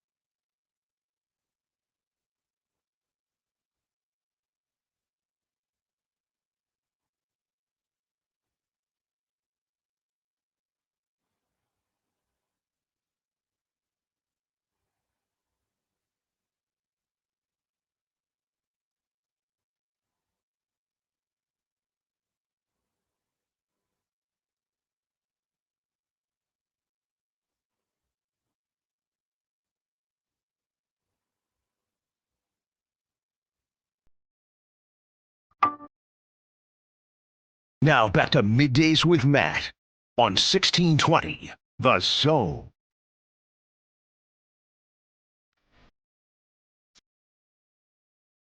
Great article on NCAA.org about 1980 Olympic hockey champion Mark Johnson, who's the Wisconsin Badger hockey coach. Wisconsin Badger women's hockey has been one of the best in the country for quite a while. They're sending 12 former or current players to the Olympics in hockey. So congratulations, Wisconsin women's hockey. And Mark Johnson, absolute legend. Olympic hockey, by the way, going to take place February 11th. Is when we begin Olympic hockey. The Winter Olympics overall begin on February 6th. We have a great year of sports overall. I mean, World Cup, Winter Olympics, and then just our regular sports schedule, just overall. The Masters is going to be great this year. Always is. Always incredible. I'm just excited. I'm excited for the things that we're going to have. F1 might be interesting if you're into that too. They got new engines and new cars this year. That's gonna new engines, new cars, new engines. Winners. By the way, Olympic hockey this year gonna be a little overrated. Why are we out on Olympic hockey? I'm not out on Olympic hockey. I'm going to watch the NHLers back for the first time in like 7 million years. I'm going to watch every USA game and I'm going to watch every Canada game. But this is a 3-horse race, which I once again want to mention the Russians not being allowed to play in the Olympics kind of, I don't want to say puts a full asterisk on. It waters down the pool. I mean, the Russian hockey team this year would be awesome. Like the Russians I think they would have the most complete team in the Olympics if they were allowed to play. I don't think they would have the best offense, the best defense. I mean, they'd have their top 2 lines would be nasty. But I mean, like, each kind of USA and Canada respectfully both kind of have some of their weaknesses. I mean, Canada's forwards are absolutely insane, but their goalie situation isn't the best. That's important. Where the US's goalie situation is really good, and their defense is solid as hell, and the top 2 lines are great. I mean, it's one of those things where it's like USA versus Canada is going to be sick, and then you can't forget about Sweden. I mean, they're always in it. They're always going to compete. Yeah, we did this last year with 4 teams, and it was great. It was awesome. Here's the problem, though. It's like, so Group A, Group B, and Group C have, Sweden, Canada, and the U.S. kind of separated. So the first couple of, the first week of this tournament is essentially just going to be those 3 teams whipping up on Denmark and Latvia and France and Germany. And then we're really not going to get the prime holy crap matchups until, the quarterfinals and semifinals. I didn't hear anyone complaining when the dream team beat Angola. Yeah, but I love hockey. Kenneth goes, boo, Olympic hockey, boo. I don't know. I love Olympic hockey. People are excited about Olympic hockey. I just don't think it's going to be as big of a draw or an excitement as people think, just because you got the first 6 days of the tournament is just going to be a lot of easy games for people. I think you vastly overestimate the public. You tell me it's U.S. Canada gold medal game. Oh my God. 87 million people will watch it. But we got to get there is the thing. Okay. And hockey is a weird sport where, you can lose at any point in any time. Absolutely. So, let's talk about real quick. So Brian texted in, I'm with John. NBA talk, I might come back later. There's a difference between the NBA talk and a talk we're going to have now, okay? Because we're not talking about the NBA. We're talking about LeBron, okay? He was in Cleveland yesterday. Every time he goes to Cleveland, they play a video package for him, right? And every time he does the whole, oh, thanks. Hey, everybody, love you all, the land. But this time, Bronny came. This time, he was crying on the court, tears falling from the grown man's face. And we have been doing this whole, is this LeBron's last season? Is he going to retire? He even said in the press conference, this might be my last time here. That's how I think about every time I go to an Eastern Conference opponent and whatnot. I'm here to tell you, there is no way on God's green earth LeBron James is retiring this year. Okay? I agree with you, but why do you say that? Because he loves attention. I have a similar Because he theory. loves having eyes on him. He loves having people talk about him. He loves being the center of everything, right? And he has always positioned himself to be, I'm the good guy. I'm come on, guys. I'm LeBron. I'm one of the greatest of all time. Like love me. And this is his. He do be doing that. This is the final year on his contract. He's 41 years old, right? Next season, he will be an unrestricted free agent. Okay. I just watching this guy basically my entire life. You cannot convince me that he isn't going to play his final game and sit in the rocking chair like Kareem Abdul-Jabbar. Okay. There is no way that he is not going to go. Okay. Here's what's going to happen. We're going to have the ESPYs. Okay. And we're going to promote LeBron's announcement. LeBron's got a big announcement. He's going to announce something. And that is going to be like the big lead up to the ESPYs. And we're going to like promote it. It's going to be a big deal. And he's going to walk up and he's going to go, I'm announcing my retirement from basketball. And we're going to be like, oh my God, at the end of next season. Okay. And then what he's going to do is he's going to sign with the Cleveland Cavaliers. Right. And then Ramona Shelburne is going to come up on ESPN or, whatever, some ESPN lady is going to come up on, or man or whomever, right, is going to come up on ESPN and say, all the way back in January, he was in Cleveland and, they showed a video package. He got incredibly emotional. It really hit him. And, he talked about how, it was so incredible for his mother to be in the crowd, which this did happen. He talked about this, how it was so cool for his mom to be there in Cleveland because she still lives in Northeast Ohio and be able to see her son and her grandson on the same team, right? That was such a cool moment for him. And he knew right then and there that, in that video package, he wanted to be back in Cleveland. So he's going to go back to Cleveland where it all started and he's going to do the retirement tour, right? He's going to do the farewell tour. And it's like, LeBron is coming to your city, this and that, and blah, blah, blah. And the whole year, we're only going to be talking about the LeBron James farewell tour. And like, can he make one last run? Can he get a fifth title? Can he do it? Okay. So this makes sense given what I know about LeBron. There is no way this is happening. This is going to occur. Like I will put it on the board. He wants yes. It's my last time in Memphis. Here's a guitar post-game ceremony. 1,000,000%. Yeah. This is how this guy operates. It's my last time in Orlando. Here's a pair of Mickey Mouse ears that say LeBron. LeBron James is one of the greatest basketball players of all time. He's inspired a generation of hoopers. He's got a guy like me who loved basketball growing up, he was the greatest player of my childhood. Okay. He was, plain and simple. You're very young. We get it. I've watched him. I've seen him. I've read all of the articles. I know so many moments of history of LeBron. I can tell you his entire career. I can tell you, I know him like the back of my hand. All right. LeBron James is awesome. He's great. I'm a fan of his. He's also an attention whore. All right. Mm-hmm. He loves attention. He loves it. It's one of those things where all he's always wanted people to like him. He's always wanted people to agree with him. Okay. There is just no way where this guy just goes off to the sunset with no fanfare, with no pageantry.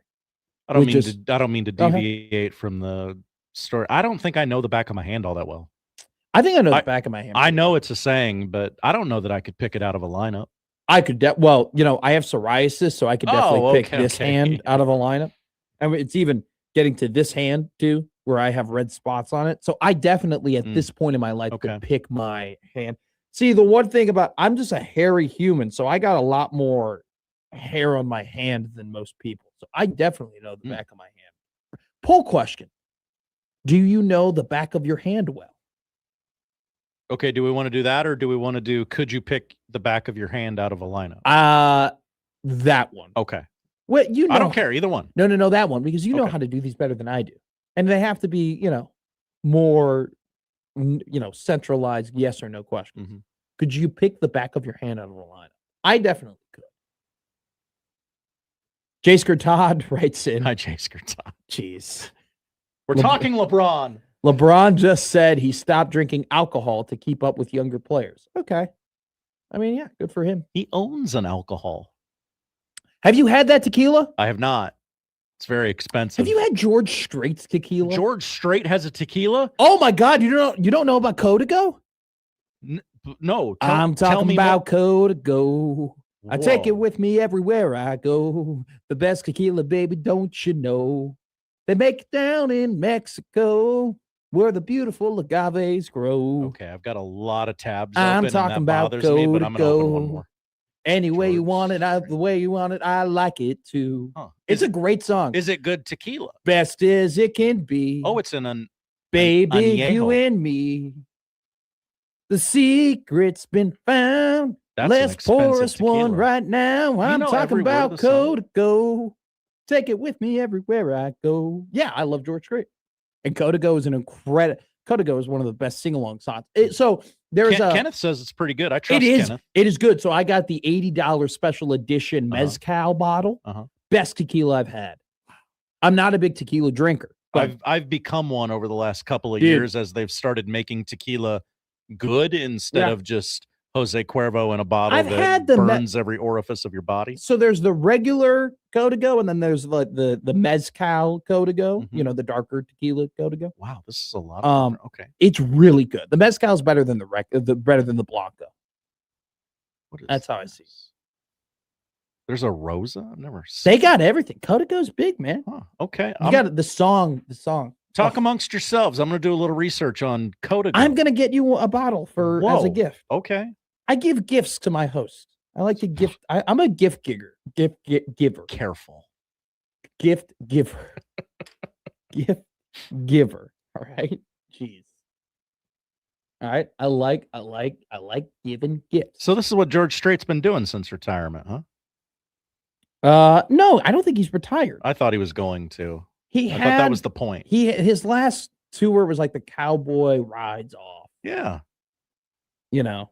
Is that like John Cook retired and then unretired? Picked up a new career. By the way, big game for the Supernovas tomorrow, 7:00 on National Girls and Women's Day in sports. Excellent plug. They play the San Diego Mojo. Well, we want to give our shout out to our friends over at the Omaha Supernovas. We're very, very big fans of them. We had Brooke Nunneviller on the show yesterday. You can go and check it out on the radio replay. Oh my gosh, what a great plug. I'm good at plugging things. Right. Wow. I'm sorry. That's a bad one. They could go to, when LeBron goes to one of those Texas teams, they could gift him a bottle of Codigo. Codigo. No, they'll probably, when he goes to Dallas, they'll just give him the banner that's hanging up on in the rafters. Hey, LeBron, thanks. Thanks for giving this to us. You could really reverse. It's funny. Like you could reverse two events in LeBron's career, and you could really make an argument that he could be the greatest player of all time. If you gave him the 2013 Defensive Player of the Year, which he should have won, and if you remove him absolutely crapping the bed in the 2011 NBA Finals, and he had the DPOY, and he had a fifth NBA title, you could make the argument he could be the best player of all time. Unfortunately, he didn't win the Defensive Player of the Year, and he crapped the bed in 2011, and so he's not the best player of all time. He's the second best player. Let me just get this out of the way so you don't have to text or tweet or email. Yeah. Jordan. I'm not like okay, Nick, there we did it. I'm not like Nick Wright where I put Kareem Abdul-Jabbar over Michael Jordan either. Oh, he's added a wrinkle to the LeBron greater than Jordan debate. He has put Kareem number 2, which I think is so good. He was first to LeBron greater than Jordan Island. Look, you got to recognize, if you look at the recent history of broadcasting, right? You have to either assign yourself to a team or assign yourself to an athlete. That's the best way of kind of the trajectory of things, right? So Cowherd was able to assign himself to LeBron. Right? Like I'm a LeBron guy. He's marked himself down as he's the LeBron dude, right? Stephen A. Smith, Skip Bayless to the opposite, where he's like, I'm going to assign myself to LeBron, but in the anti-way. Nick Wright has assigned himself to Patrick Mahomes. He's the Patrick Mahomes guy. He's a Chiefs fan. Right? So Bill Simmons is the Bob Cousy guy. That's not true. But he loves Bob Cousy. He does. But you do have to assign yourself to an athlete. So Nick Wright has assigned himself to both LeBron and Patrick Mahomes. Colin Cowherd has weirdly assigned himself to USC. That's his thing now. Well, Colin Cowherd, West Coast guy. West Coast guy, even though his show is in Chicago. Even though he's broadcasting in Big Ten country. So that's our LeBron segment. No more NBA for the rest of the week. Whoa, okay. We're declaring that. Oh, well, while we're at that, the Milwaukee Bucks have kind of set a market, and the Heat, Knicks, and Warriors are all a part of that. Okay. Those are our first three teams. Essentially, the Giannis Antetokounmpo sweepstakes. Let's just call it the Kentucky Derby. Okay, which we have a big points race in 2 weeks in the Kentucky Derby, February 14th. Don't forget about that. Be a big one. Can't wait to bet on the ponies. I was thinking about the Kentucky Derby yesterday. I got a little excited. I guess it's coming, but the first Saturday in May is quite a ways off. You ever think about the Kentucky Derby in January? That's a poll question. No, I don't think I have. You know what? Let's just do the poll questions. Let's just do it. I've kind of been staying away from it, but I honestly not like they invented poll questions. No, but I feel like it was a Connor Happer show thing, but I'm coming to learn it's also a Josh Odson thing. Maybe we should have really. Well, I've trained my brain to think of everything that gets poll said. Questions. Yeah. You ever think about the Kentucky Derby in January? Can you think in poll questions? That's a poll question. Do you think in poll questions? Too meta. We just should. You know what? Thursdays maybe is our this is our poll question day. Oh, and we just try and get 25 poll questions up on Twitter and go through all of them. Just spam the poll questions, if you will. Please vote. It's important. Do you know who apparently didn't vote enough? Hall of Fame voters for Bill Belichick. Oh. We are going to talk about that next year on 1620 The Zone and Middays with Matt because we've pulled a Henry Winkler. Pulled a Henry Winkler. We've jumped the shark. Oh, I thought you were going to say no. Don't say other things. Created an acting school and harbored a serial killer. What? That was the plot of Barry. Oh, I thought you were about to say Dahmer went to Henry Winkler's acting school. That would be incredible. That'd be wild. That'd be a Netflix documentary. It would. I don't know. Is it terrible that, Happy Days obviously is my first Henry Winkler thought. And then after that, it's Here Comes the Boom with Kevin James. Oh, it's not the Water Boy. Most people's second would be the Water Boy, right? No, I go ahead. I go to here because he's the music teacher. And Here Comes the Boom. I'll allow it. Kevin James trains to become a UFC fighter. Not a good bit. But a pretty good movie. Is it real? I enjoy it. Now that Here Comes the Boom, that song is put on every edit ever for sports. Sure, yeah. Anytime there's just a good team, there's probably a Here Comes the Boom edit. Do you know who wish they could make an edit? The Hall of Fame voters. We're going to talk about that next, coming up here on Middays with Matt. Middays with Matt on 1620 The Zone.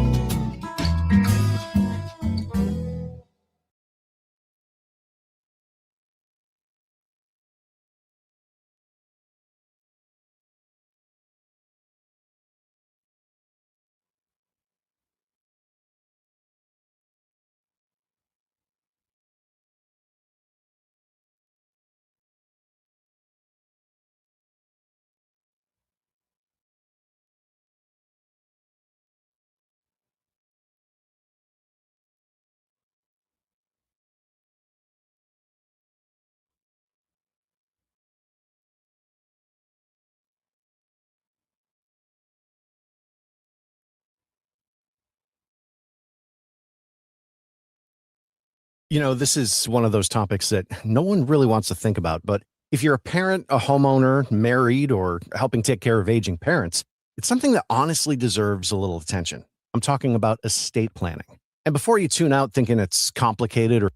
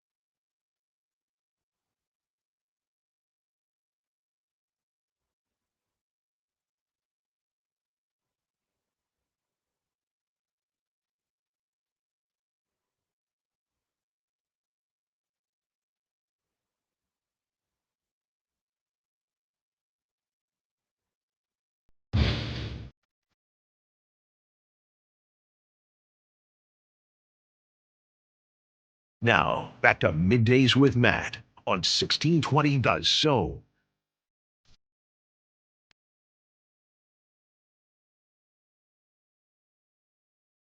I like sharks. You like sharks? Yeah. You got Okay. a favorite shark? Great white. I feel like that's so basic. Well, when it comes to sharks, I'm a basic B. Great white is like the Michael Jordan of sharks. Who's your Michael favorite? Jordan was very good. Who's your favorite basketball player of all time? Michael Jordan. Ugh. Give me something creative, you know? Say Spud Webb, you know? Huh. Remember when he won that dunk contest? Who could forget? Give me a Larry Johnson. Grandmama. Give me Alonzo Mourning. Zoe. Can you imagine if somebody was like, who's your favorite basketball player of all time? You're like, Chris Mullin. But Chris Mullin on the Pacers, not Chris Mullin on the Warriors. He's a real glue guy for that dream team.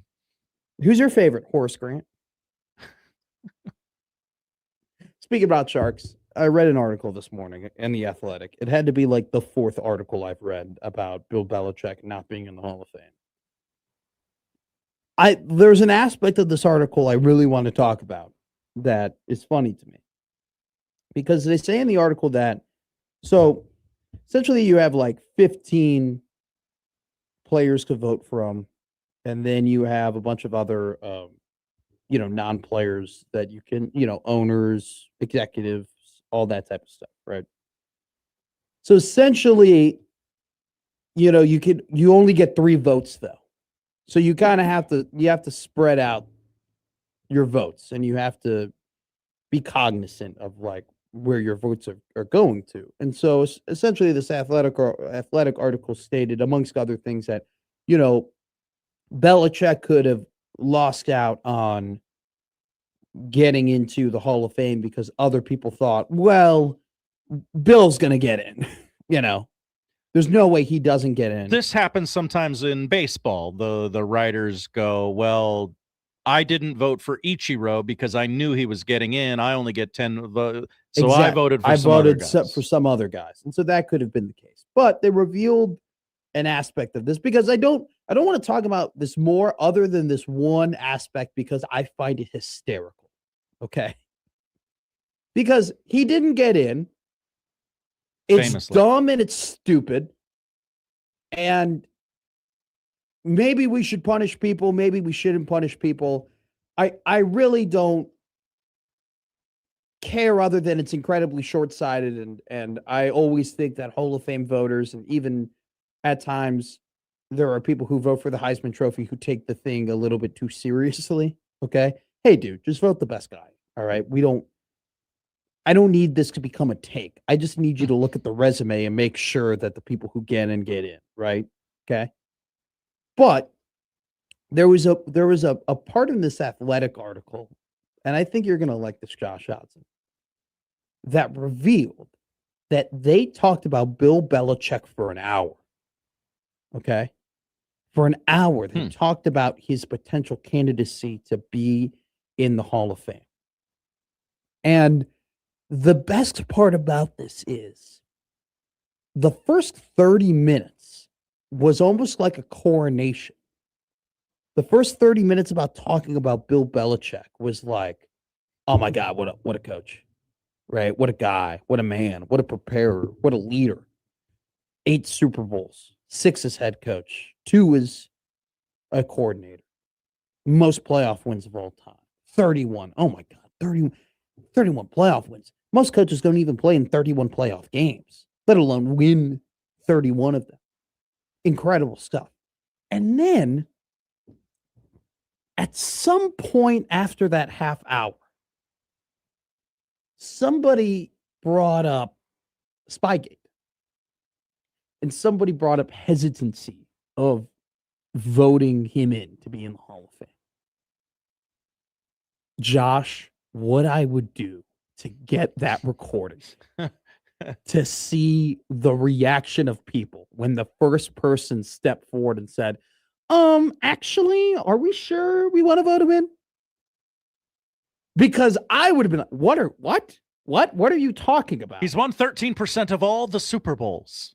And then I would, oh my God, to be there in that moment when a second person goes, actually, I think I kind of agree with that. I think Bill's making some good points. I'd be like, wait, what? What's going on? What do you mean you agree? Am I taking crazy pills? And then to see the third person and the fourth person, and then get to the point where you're like, are you kidding me? Have you guys talked about this before? What is going on? What do you think they record that Zoom meeting? Because talk about a viral clip that feels like it'd be really bad if they did. Oh my God. To just be sitting there and just the first 35-ish minutes of the combo being like, yeah, no brainer, dude. And then to see that, no, I'm Spartacus, you know? Like I'm like crazy stuff for that to occur.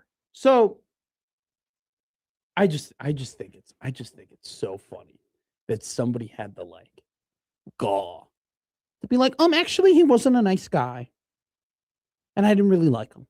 He be cheating. And then another factor too that was brought up in this Athletic article is also people started questioning his success without Brady. They were like, well, actually without Brady, he wasn't all that good. He only won 44% of his games. It's true. He stunk. He was terrible. And they started using that against him. I'm sorry. How much do I have to win with a great quarterback in order for you to give me proper credit? Which, by the way, let's just to knock this in the butt here, because to nip this in the butt, because this is ridiculous. I've had people try and make this argument of, well, actually, without Brady, what was Belichick really? So the other coaches or the other quarterbacks that are comparable to Brady in kind of Brady's era are Breeze, Manning, Payton, and Rodgers. Okay? Those three quarterbacks. Rodgers, Breeze, Manning, Payton, Manning. Those are like the three QBs you could say were the closest in terms of effectiveness, stats, just greatness. Those three QBs. Breeze won 1. Rodgers won 1. Payton won 2. Okay? Tom Brady and Bill Belichick won more Super Bowls than the next three quarterbacks who were at the same level or near the same level as Brady combined. Right? They actually won 33% more of the Super Bowls than those three great quarterbacks combined. So you're telling me, I'm just saying here, other coaches and other organizations and other franchises and other general managers had incredible quarterback talents like Peyton Manning, Aaron Rodgers, and Drew Brees. And none of them even sniffed the success that Bill Belichick and Tom Brady were able to accomplish. Okay? I think that alone just goes to show you how great of a coach Bill Belichick was. Because here's another thing too. Winning a Super Bowl is not all about the quarterback. Winning the Super Bowl is about being the best team. How many incredible quarterbacks have we had that just don't win Super Bowls? Plenty of quarterbacks who are Hall of Famers, who are decorated vets of the game, who have transcended football, don't win Super Bowls because it's not a best quarterback competition. It has a lot to do with it, but it's not a best quarterback competition. It's a team competition. And Bill Belichick coached the other side of the ball that, Brady wasn't a part of, that greatly helped them win a lot of the Super Bowls. I mean, or especially early on, the New England Patriots Super Bowls were a lot to do with how great their defenses were. And their defenses were always solid. Look at Aaron Rodgers, right? The problem was always he couldn't perform in the NFC Championship game, and the defenses weren't that elite. The defenses weren't at that level. And when they had a great defense, they won a Super Bowl with Raji and Hawk and Matthews. Like that's when they accomplished that. The fact that you can look at other great quarterbacks in the NFL and they had minimal Super Bowl success, and then you look at a guy like Tom Brady, who's the greatest of all time, but also won all the Super Bowls because Bill Belichick was able to coach and build a team around him. Dude, like what are we doing here? How are you looking across the league and counting the fact that, like, holding it against Belichick that he didn't have a lot of success without Brady? What coaches consistently have a ton of success without great quarterback play. Remember, That's another thing, Andy too. Reid was an idiot in Philadelphia who couldn't win the big one, and then he comes to Kansas City. He can't manage the clock, and then Patrick Mahomes comes along, and hey, I think that Andy Reid might be the greatest coach of all time. He was an idiot in Kansas City who couldn't get over the hump with Alex Smith. That was the storyline with Andy Reid before Patrick Mahomes came along. It's just so dumb to hold that against Bill Belichick. And it's this I've never understood that argument, because once again, it's like winning a Super Bowl is not about, it's not a who has the best quarterback competition. It's who has the best team competition. And here's another thing too. Sometimes it's who has the best kicker. I know that Bill Belichick doesn't have, the greatest coaching tree, right? Matt Patricia failed in Detroit. Woof. Josh McDaniels failed in both Denver and in Romeo Crennel. Oakland. Like, it's not good. Bill O'Brien? Fine. But Mike Vrabel was a player under Bill Belichick, right? And very much has brought a lot of the lessons that he had being a player in New England, brought him to Tennessee. Look at what Tennessee has done without him now. He brought him back to New England. Why did Mike Vrabel go back to New England? Well, he's such a good fit for New England. Why is he such a good fit for New England? Because he played under Bill Belichick. Because he understands how championships are won. And so still, you have a coach like Mike Vrabel who goes back to New England, brings back the order and a lot of the things similar to what Bill Belichick has done. And guess where they're at? Back in the Super Bowl. Okay? So to say that, I don't know if Bill Belichick is he really that great because he had Tom Brady? Get the frick out of here. Get out of here. There was an R in there, everybody. That is such a stupid argument. It's so short-sighted to me. Okay, if Bill Belichick maybe was a 2-time Super Bowl champion, right? And didn't have a lot of success after Brady, maybe you can make more of an argument. You won 6. He won 6 Super Bowls. He was a defensive head coach whose defenses were just always great or really, really good. I mean, come on, guys. What are we doing? Right? To me, that argument is like you don't like Bill Belichick in the first place. So you go ahead and you say something like that. Well, without Brady. That's fair. He's not a likable guy. He's not. Stibbs had a good comment. I don't know if he's still in here, where he goes, I'm not opposed to leaving guys out of accomplishments because they're not good people. See, I agree with that to a certain extent, right? If a guy is on the borderline of being in the Hall of Fame and he's not a nice guy, okay, like maybe that's a way to teach him his lesson, right? What goes around comes around, all that stuff. But when a guy is as accomplished as Bill Belichick and has won as much as Bill Belichick has won and has accomplished as much as Bill Belichick has won, and by the way, nobody has come even close to accomplishing what Bill Belichick has accomplished, I throw that out the window. Let me just throw it out the window. Clearly, it didn't matter because he was still able to. Well, I mean, it didn't matter in terms of the success he was able to cultivate. That's how I view it. We're halfway home, everybody. It's almost 12 o'clock here. The bitching hour is over. So if you want to get in some final complaints, get them in now. Text us 402-951-1620. Call us 402-951-1620. Email us at Matt at 1620thezone, Joshua at 1620thezone. Coming up next, we'll dive deep into some basketball across the country. And at 1:15, Lauren Michelson of KETV joins us here on 1620 The Zone. Middays with Matt on 1620 The Zone.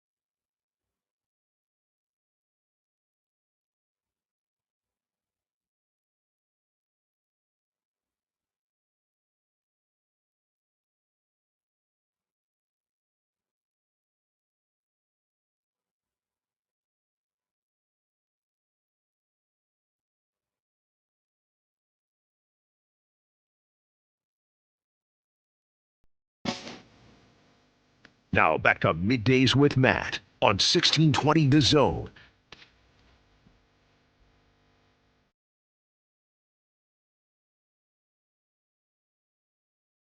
Middays Matt here on 1620 Zone.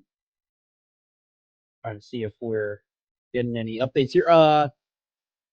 We'll have some Nebraska recruiting updates coming up in the next segment. We'll talk about Nebraska football at around 12:20. It's mock draft season, baby. Mock draft season.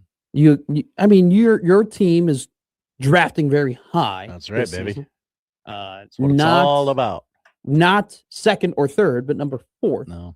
Number 4 for the Tennessee Titans, which I looked at a recent mock draft. Not good for Tennessee. Oh, no. Well, you should have your pick of the litter more or less at 4. That's the problem. They don't need a quarterback, I'm told. Dante Moore going back to Oregon really hurt the Tennessee Titans. Because if Dante Moore was still in the draft, he would have went second, and then Tennessee would have had the pick of the litter to get anybody. Oh, okay. I see what that they really wanted. Now that Dante Moore isn't in the draft, Arvell Reese, who almost was like a lock at a certain point to go to the Titans, is now going to go to the Jets, which I feel so bad for Arvell. Just terrible. Just do your 5 years in jail and then you're free. Like you might end up, the Tennessee Titans might do the very hit or miss thing where it's like, hey, we have a young quarterback. Let's get a young wide receiver. And sometimes that works out and you draft Jamar Chase, and then sometimes you draft Kevin White. Hey, sometimes you get the pick right and draft A.J. Brown and trade him away anyway. Yeah, that's a good point. Sometimes you end up, drafting Amari Cooper, and then you just waste 6 years of his career for one decent season, and where Derek Carr breaks his leg and ruins everything. And that is the best year you've had in a decade. Sometimes that does happen. We'll talk about that because I don't know. I was looking at this mock draft and I got pissed off about it. And anytime I get mad nowadays, it doesn't have to do with anything other than Nebraska football. Did you get mad at it for me, a Titans fan? No, I got mad at it from another perspective. And we'll talk about that perspective, which I think that just goes to show literally at this point, Josh Otson, the only time I really get mad at sports is thinking about Nebraska football. Oh. Very quickly, before you get into the Nebraska football of it all, this mock draft I'm looking at from NFL.com. Oh, no. Has Jeremiah Love going to the Chiefs at 9. That doesn't seem fair. Well, the one that I looked at had Reuben Bain going to the Chiefs. That also doesn't seem fair. That's not fair at all. What do you mean? No, we're not talking about that. We're going to talk about NCAA basketball here. Hoops. Because we are a couple of days away from February, which means that we're 30 days away from March, which means that we're 14 days away from the conference tournaments, which means that we're then 21 days away from the NCAA tournament. I mean, we're right there. We're right there. I mean, we're. It's practically tomorrow. I mean, I'm looking right at it. It's a right at it. Right at it. It's around the corner. How close do you have to be to something days-wise for it to be right around the corner? Oh, great question. 3 weeks? Less than a week, right? Really? Yeah. No. Right around the corner? Because when I turn the corner... It's there. No, well... Because it's right around the corner. Oh, I think we have different... Okay, I have a different interpretation of right around the corner. Okay? Right around the corner to me means that you take, it's not right when you turn the corner. It just means it's down the block. But a block could be long. Okay. Or it could be, it's down the corner. If I take a right around the corner, then it's down there. Mm-hmm. You say right around the corner is that I take my right around the corner and it's right in front of me. That is the way I interpret it. But I also look at it. I've never thought. To me, I've thought about this as how far am I away from the corner, right? Because Sure. if I'm walking, I'm like, how far away? You'd be like, well, it's right around the corner. But am I a mile away from the corner? Am I 40 feet from the corner? How far away from the corner am I? which is why I wouldn't say it's like less than a week. I would say if you're 2 weeks, you could say, hey, it's right around the corner. Okay. I think it's You've up, talked me into it. It's up to the eye of the beholder. In my Ian goes, Matt, are you on cocaine? No, Okay, I'm not. okay, Why okay. did we need an answer? Just Jeez. for legal purposes. No, I'm not on cocaine, guys. I'm just saying I've never Not on cocaine. I'm not on cocaine. I'm not on anything other than Americano. Coffee? Okay. Americano coffee that I have Finished. Yeah. But I got this coffee Thank you, Double Shot. at 9:00. So it took me 3 hours to finish my Americano coffee with 1 pump of caramel. John goes, don't get mad at the YouTubers. I'm not mad at anybody. Nobody's mad. Nobody's mad. We're just asking questions. Hank goes, don't overthink this. Right around the corner equals imminent. Keep it simple, stupid. Vince goes, Tweaker McSportsbook. New segment, Thursday drug test time, sponsored by 42 Degrees. I'm not on drugs. Don't put it on the internet. He's high on life. I am very and high on life. sports. I love having my own show. Okay, let's do the bracket breakdown here. So if you go to Bracket Matrix, let's do this all encompassing, and then we'll keep it. We'll zero in on local, right? Arizona, Duke, Michigan, Connecticut. Those are the 4 teams that are kind of that are projected to be the 1 seeds. I would say that's going to be very hard to crack into that group. I think barring some big missteps by 4 teams that have proven they can win at a very high level against high level competition, I think it's going to be very hard to break into that top 4. I will asterisk Happer and Schaefer this morning. Sorry, I was cheating on this show by listening to another show. They did break down Michigan's schedule. Okay. They got to play the Spartans twice before the end of the season. You know, they have some pratfalls. Sure. They can get got along the way. They could. And they almost got by Nebraska without their 2 of their 3 best players. But at this point, month left, I'm not saying it's impossible. I'm not saying They're locked very, in. very good. It's going to be hard to break into that top 4, especially, look, Connecticut this season, they're 8-1 in games decided by 5 points or less. Okay? Like, there have been teams who have been able to bring UConn to the brink. 2 of them have been able to get them into overtime. The Solo Ball and Caravan and just Reed, that entire team, like when crunch time comes around, they lock in. And Dan Hurley it's weird. We've kind of been used to like UConn just kicking everybody's ass.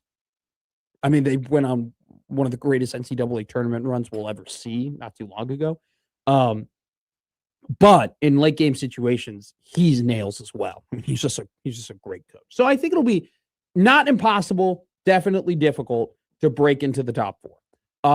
Your next 2 seeds, Nebraska, Illinois, Michigan State, Iowa State, all great teams. I think all 4 of them could break into the 1 seed. I think all 4 of them have played phenomenal basketball to the point where, yeah, maybe they can, break that mold. They would have to go on good runs. Illinois, Nebraska kind of already on those runs. Iowa State, they suffered a tough loss a little bit ago against Kansas, but still one of the better teams of the country. Then it kind of like the 3 seed, once you get to the 3s and the 4s, you get to the I like them, but I don't love them. I like them, but I've seen them falter. Okay? Like Gonzaga's a 3 seed. Gonzaga has played, I think, 4 quad 1 games this season. Yeah, they've played 4 Q1 games this season. They are 3-1 in those games. That loss to Michigan, like that is the problem when you don't play in a power conference, is if you lose bad to a power conference team that's just going to stick with you for a while. That 40-point loss against Michigan really has hurt them. And it's part of it. I mean, if they won that Michigan game, they're a 1 seed.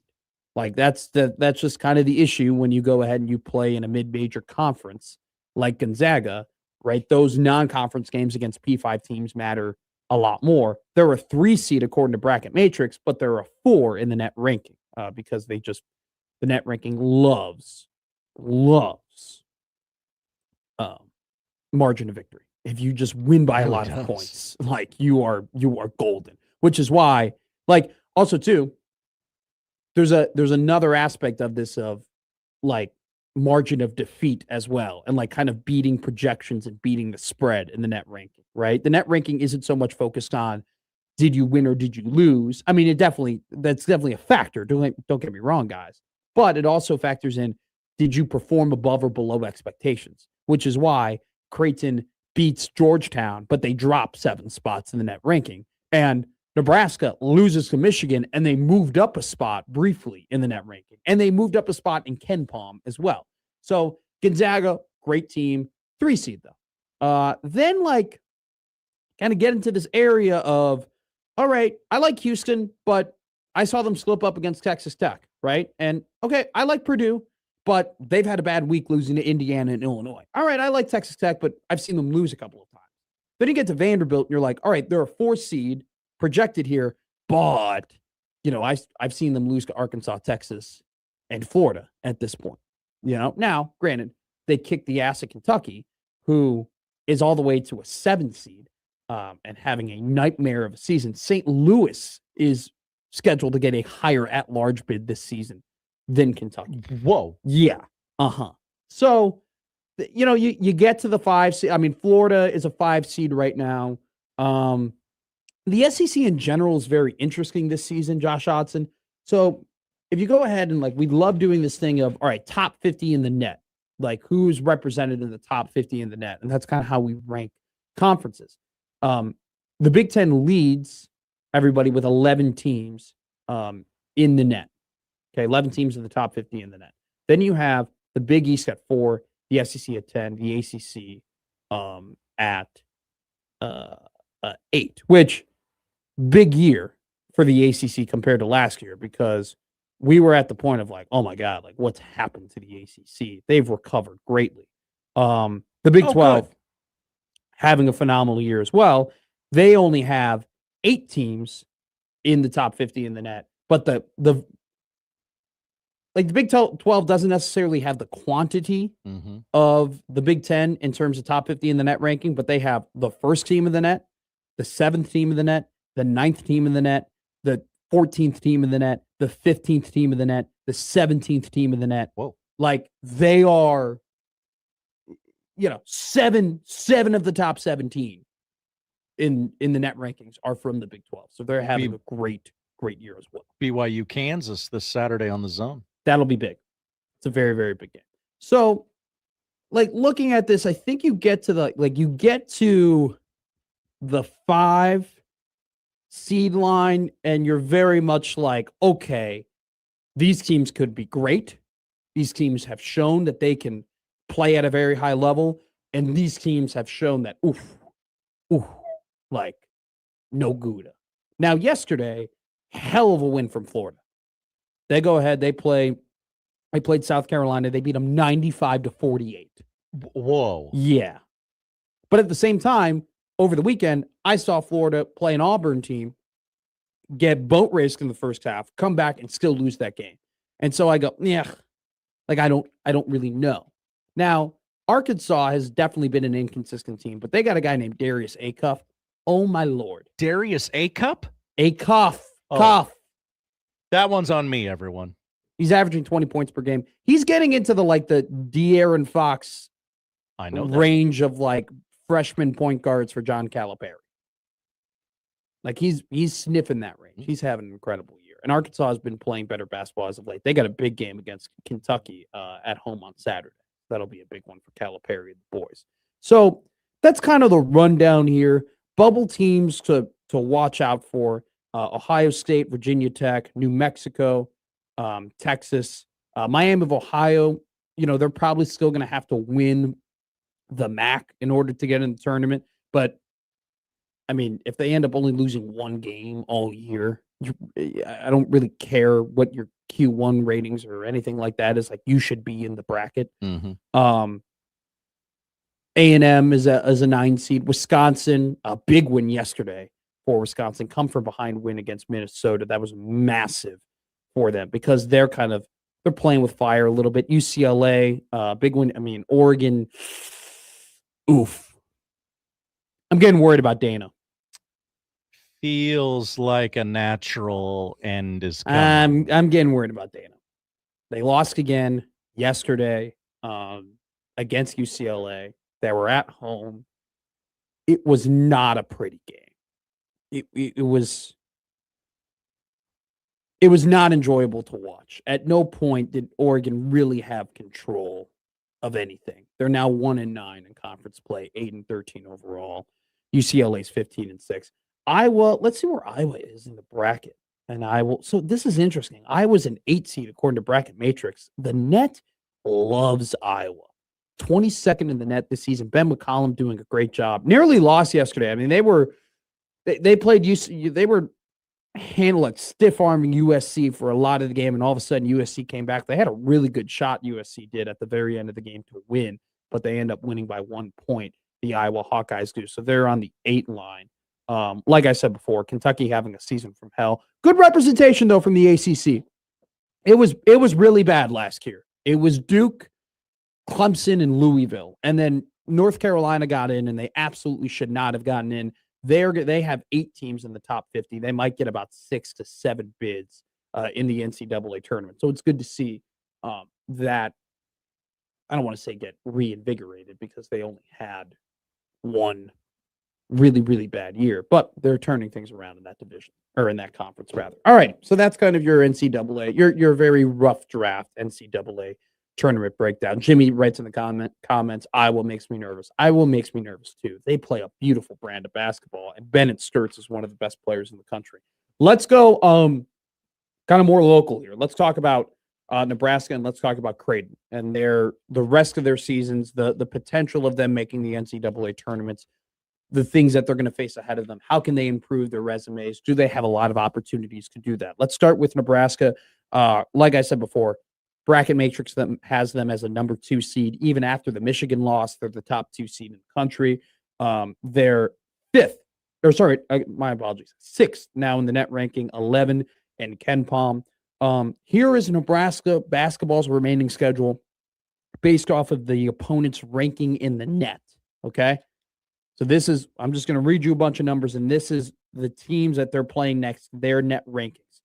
5th, 165th, 11th, 70th, 22nd, 129th, 159th, 48th, 42nd, and 22nd. So those games include matchups against Illinois, against Iowa twice. You got to go ahead and play who's number 11? Purdue. Yeah, that game's at home.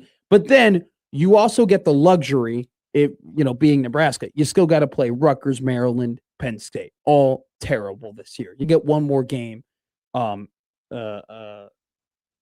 as well against Northwestern, which will be a Q2 game. So Nebraska has 6 Q1 opportunities remaining. They have 1 Q2 game remaining, 3 Q3 games remaining. Let's just say, conservatively, the floor for Nebraska basketball in the Big Ten, and this is like as conservative as you can get here in terms of projecting what they're going to do. Let's say conservatively, it's kind of the bottom rung, they win 4 more games. So they finish the season 4-6. They win their Q3 games, they win their Q2 games, but they just have a rough stretch where they're not able to beat the top teams that they have left, right? They would go 13-7 in the Big Ten. That would be good enough for 4th place last year in 2024. Okay. So I think like the worst case scenario for Nebraska basketball up to this point is being the 4th seed in the Big Ten tournament. Okay. That is the double bye worst case scenario, because you would essentially lose 2 games to Iowa, a game to Illinois, a game to Purdue. You would lose both games, so they have to go to the West Coast and play USC and UCLA later in the month. That would be the bottom rung. That would be okay. The bare minimum 13-7. It'd probably get you 4th. That's doubtful to happen. I think more realistically, Nebraska probably goes 7-3 in the next 10 games that they have left. I think they'll right. I could see a loss for sure to Illinois this Sunday, Purdue.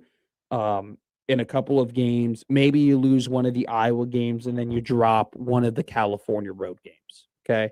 So I could see them going 15-5, right? Going maybe 16-4. Last year's Big Ten regular season champion was Michigan State. They finished the year 17-3. Okay. So second place in the Big Ten last year was Maryland. They were 14-6. Michigan was 14-6. Purdue was 13-7. Back in 2023, 17-3 from the Purdue Boilermakers won the regular season championship. And in 2022, Purdue won it again with a record of 15-5. So 17, you're sitting golden. 17, you're sitting pretty. You're sitting pretty. 16, depending on what Michigan and Michigan State do. At this point, the path to winning the Big Ten runs through 4 teams. Michigan, Michigan State, Nebraska, and Illinois. Those are your 4 horses right now, essentially, to win the Big Ten. Like you mentioned, Josh, Michigan, Michigan State have to play each other twice. Nebraska and Illinois, we're not going to call it an eliminator from winning the Big Ten regular season championship because other things can happen, but it'd be big in deciding that. Massive in deciding that. Who jockeys, who put themselves in the best position to win the Big Ten regular season title. At this point, like I said, if Purdue wins 10 games in a row, right, and finishes the year 17-3, they give themselves a chance. And I'm not going to put that past Purdue. They're still one of the best teams in the country, despite the fact slipping up against Illinois and an incredible performance from Keaton Wagler and losing a tough game on the road to a good Indiana team. Probably out of it, though. Currently 7-3 with 10 games to play in the Big Ten. So Nebraska, currently a 2 seed in bracket matrix, they have plenty of opportunity, though. Like I said, 6 Q1 games remaining for Nebraska as of right now. 1 Q2 game and then 3 Q3 games, which involve matchups between Penn State, Maryland, and Rutgers. All right. Let's go to Creighton. Do we have to? Yes. All right. We can do this. It's a little bit better than I thought. It's a little bit better than I thought. What are they, 12 seed? No, they're not in any bracket. They're in the 8-9 matchup. No, they're not in any bracket. Any? Oh, no. Okay. 0. They're not in 1. Okay. But they do have some more opportunities than I thought they would. Okay. So opportunity. We like that. 69th in the net ranking. Nice. 65th in Ken Palm from Creighton, which was interesting. Beginning of the year, like Ken Palm was not very high in Creighton at all. And then, but they've kind of now, they haven't punished them as much because they're like, you're kind of performing at where we expected you to be in a way. Here are Creighton's opportunities coming up. These are their opponents based on their net ranking. Okay. 8th, that's UConn, obviously. 108th. 50th, that's Seton Hall. 109th, that's DePaul on the road. 35th, that's Villanova. That game's at home. 8th, that's UConn again, on the road. St. John's, 24th, that's on the road. 109th, that's DePaul at home. 87th, that's Providence at home. And 57th, that's Butler on the road. Okay.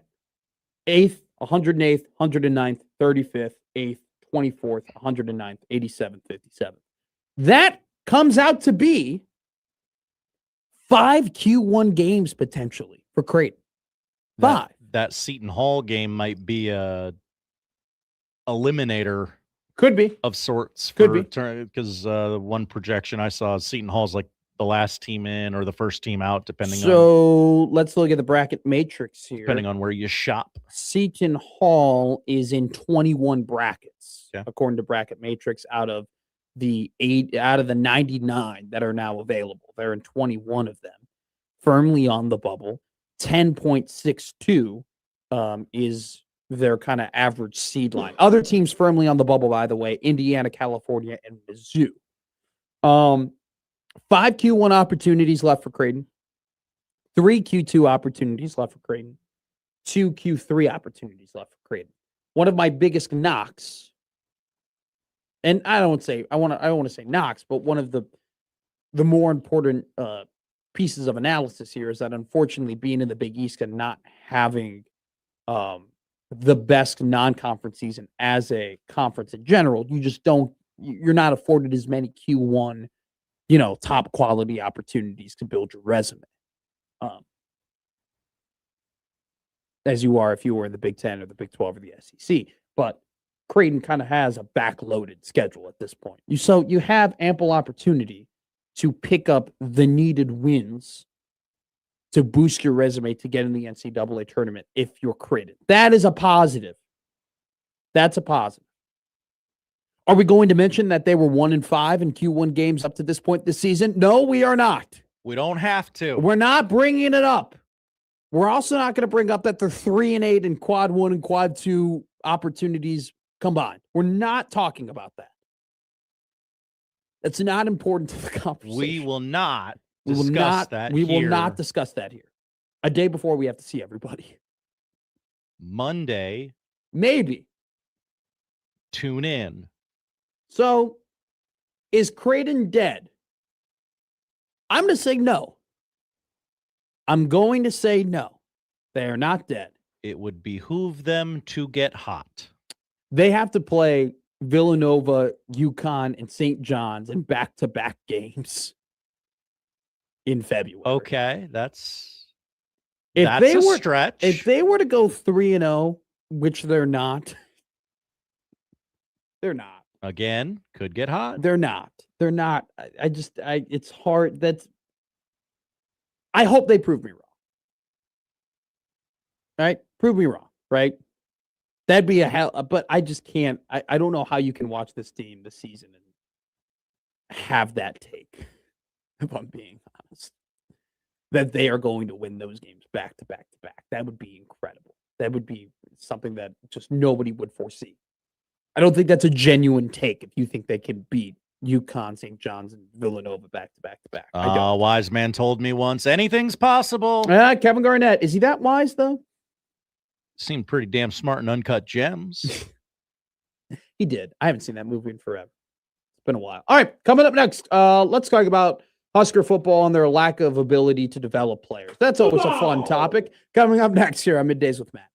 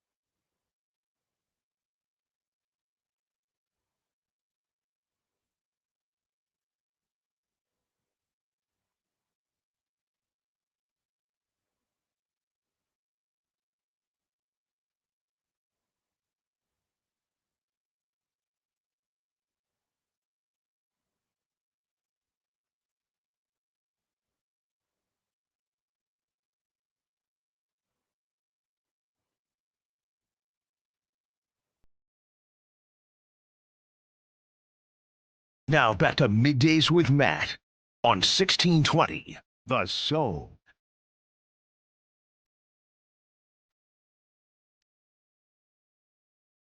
Ever been to Alabama? Oh, no, I don't think I have. Really? That surprises me. Do I look like a guy that's been to Alabama? You look like a guy that's been in the broadcasting industry long enough to just be taken to random places. That's fair. That's why I had to think about it. Iowa I Western don't has think never played a team out in Bama before when you were there and when you've been there. No, I've been to Mississippi, so Okay. I'm not a geography guy. I mean, they're relatively. Would I have driven through? No, Okay. Mississippi's above. I know they're next to each other. I never remember which one's on the west and which one's on the east. Poll question: have you ever been to Alabama? Okay. Today, I have not. Thursday is our poll day. Alabama's on the east, Mississippi's on the west. Thursday's our Spearmint Rhino Day. Poll. I see what you did there. Yeah, look at that. Dang it, Josh. Oh, yeah. Sorry. Come on. It's supposed to be banging. I was writing the poll question. Pedro writes in. Hi, Pedro. Hi, guys. Sorry, Matt. Wilt Chamberlain was the best player in the NBA. Then put anyone behind him you want. I'm not going to make this show into the I'm not counting NBA legacies when plumbers and dentists were playing. No, I'm not. There's no but. There's no but. There's no but. I'm not interested. Okay. See, you're not helping. You don't want to be the horniest show. Well, we got the green light on this station. Whoa, who gave you the green light? You did. Oh, I thought your wife had a talk with you. Honey, no, you're allowed to be. No, that is not the way that talk would go. Seth writes in the Equitable Bank inbox where they take banking personally. Whoa, rich boy Matt buying fancy tequila. Poll question: is Matt richer than Connor? No, not a poll question. Do you have blueberry money? No. I bought an $80 bottle of tequila for somebody's birthday. And I went like 5 ways on this bottle of tequila for this person. So I spent $16 on getting this Codigo. Bill writes in. Hi, Bill. Matt's first great take. Codigo is outstanding. Theirs is tremendous. You have to get. They're on Anejo. I think that's the one I had. I agree with Bill. Get the Anejo. It's good stuff. The reason why I ask if you've been to Alabama before is because something big is happening in Alabama. It's got you choked up. It does. Also, well, just the drinking my Fairlife protein powder, but not wanting to burp on the air has me choked up. Classy. I think coughing is disgusting. Like coughing and hearing it in the microphone is disgusting. But if I were to burp in the microphone, I think I should be fired. Right? Like that's a fireable offense. I feel like that'd be so disgusting where it's like I could smell it through the radio. I'm glad you hold yourself to that high standard. If somebody burped into the microphone. The reason why I ask if you've been to Alabama is because something big is happening in Alabama. It's called the Panini Senior Bowl, which, by the way, no shame anymore in just sponsoring everything. Everything must be sponsored nowadays. We can't just have a regular ass name, you know? And that's really going to happen in the next 10 years when every single college football stadium is going to be sponsored. You wait. It will happen. I mean, I don't have any inside sources, okay? I have no inside sources. But I would not be shocked at all in the next 10 years if there is some sort of corporate sponsor with Memorial Stadium because it brings in money. I wouldn't be. Because that's the day and age that we are at, where you just do everything for money. That jersey patch is going to be... Seriously. Is going to hit. Is it going to be Acres or is it going to be Fairbury? Ooh. Would it be Runza? How would we feel about a Runza patch? I would love a Runza patch. I'd be excited. If 1890 was still a thing, maybe it would be 1890. We should make an like the odds as to what the Nebraska jersey patch will end up eventually being. Probably Acres. But if it was like John Deere, that'd be pretty. See, there's 2 brackets. What will it be and what would be the coolest? Like, what would be the coolest patch to put on a Nebraska football jersey? I don't think Runza would. I wouldn't like Runza because it's just not. Yeah. It's not the colors. Do you know what? How about a Quick Trip? Oh, it worked for the Royals. Little cute. Well, no, it didn't. It didn't work for the Royals because the Royals are a blue team and it's a red patch, but it would work for Nebraska. But it pops. Nebraska is a red team, and that's a red patch. The very intelligent Dave Fite, who might be listening right now. Maybe. He offered the idea that if somebody paid for the patch, and then never submitted an idea for the patch, therefore Nebraska's uniform would stay clean. Stop it. No, that would not happen. They would earn themselves a ton of goodwill in the state. Do you want goodwill or money? Why not both? Because we would forget very quickly that, oh yeah, I forgot that company bought the patch for them not to use it. Also, I think that's the way it would play out. Can you imagine also too, going to your board of directors and saying, hey, I have an idea. We're going to pay millions of dollars. Give me $5 mil. No, more than that. Way more. Maybe $5 mil a year. Sure. Give me $5 mil. This is my plan. We are going to pay millions and millions of dollars to have our patch on the Nebraska jersey and then not put the patch on there and not sponsor ourselves. People will love us. No, they won't. They'd love you for 2 weeks. And then they would be, they'd forget. In this age of patches on the jerseys, I do tend to forget that it's there after a couple plays from the 402. This is funny for multiple reasons. Kool-Aid. It originated in Hastings. Red. And also too, drinking the Kool-Aid. Wouldn't that be perfect? It's got levels to it. Can you imagine the layering in it would be incredible. Imagine, having the Kool-Aid man on a Nebraska football jersey. That'd be poetic in a way. Kenneth brings up a good point. Great point. The Middays with Matt logo has red in it. Should we sponsor? I mean, apparently to Seth, I'm rich enough to buy an $80 bottle. Maybe I'm rich enough from Skokie, Illinois to go ahead and get our logo on. Hey, how about the 1620 The Zone is the patch? Imagine Matt Rhule having to take money from 1620 The Zone. Can you imagine if 1620 The Zone was the jersey patch for Nebraska football? We would get I would make it part of the contract that Josh Peterson gets the first jersey with 1620 The Zone. How about we put patch. Josh in Little Red? Yeah. That'd be great. Or Josh gets to be on the tractor that shoots out all of the jerseys during Come a Running Boys. How incredible would that be? It would be his story to tell at that point. At that point, it would. At that point, it's totally And his I would story let to him. 1620 the logo, writes in Black Cat. Well, also, so Dan goes F&BO patch incoming. John writes, don't get your hopes up with a cool patch. We all know it's going to be some dumb bank or corporate conglomerate. FNBO does seem plausible. Not if it's Equitable Bank though, and they take banking personally. That'd be awesome.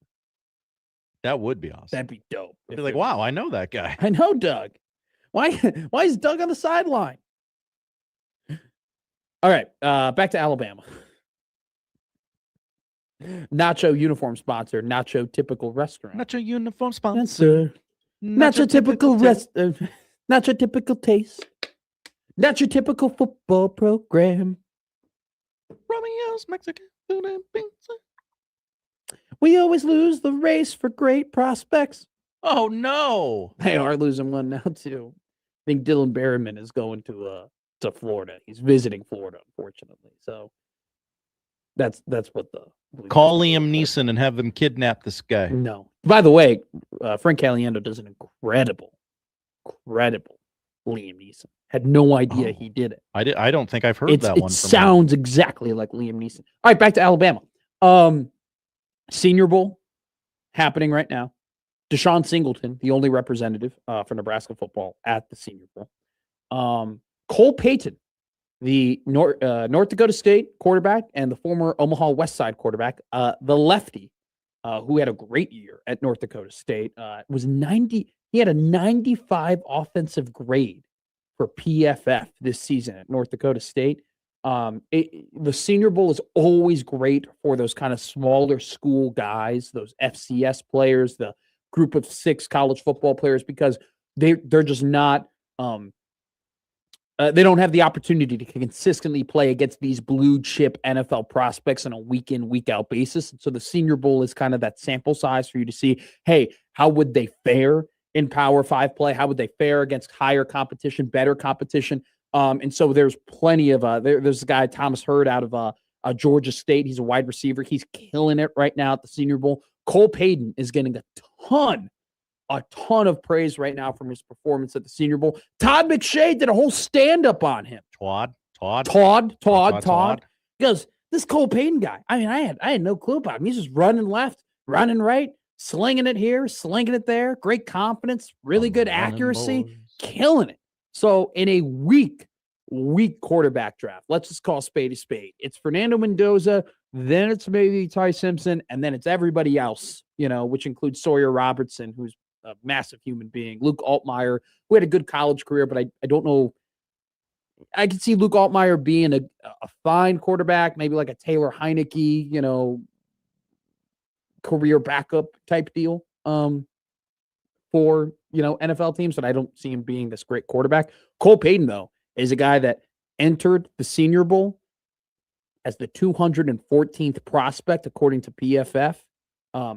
Could very well see himself rise into maybe the 5th round, maybe the 4th round. Could be a guy that, dependent on the combine, dependent on the interview, sees his stock rise massively. Killing it right now. The local product from North Dakota State and Omaha West Side, doing great work. Saw a mock draft today from The Athletic. I wanted to mention this because, we don't have to spend too much time on it, but this is what will always be the problem in my eyes for Nebraska football. And this was a 2-round mock draft from The Athletic. So 64 total picks. 20 of those selections came from the Big Ten. All right. 20 of them. Let's go big. Okay. It was pretty much, it was SEC had the most, and then it was the Big Ten. 9 players were in round 1, 11 players taken in round 2. The 20 players that were taken in this mock draft from the Big Ten were spread out from Northwestern, Iowa, Washington, USC, Indiana, Ohio State, and Oregon. 7 teams accounting for 20 of the draft picks, some more than others. I mean, Ohio State killed it. Arvell Reese, Sonny Styles, Carnell Tate, all those guys are going in the first round. Fernando Mendoza, Elijah Surratt, Omar Cooper Jr., they're kind of spread between. I mean, Mendoza's going to be the first overall pick, and Surratt, Cooper, wide receivers going in the second. Oregon, Kenyon Sadiq.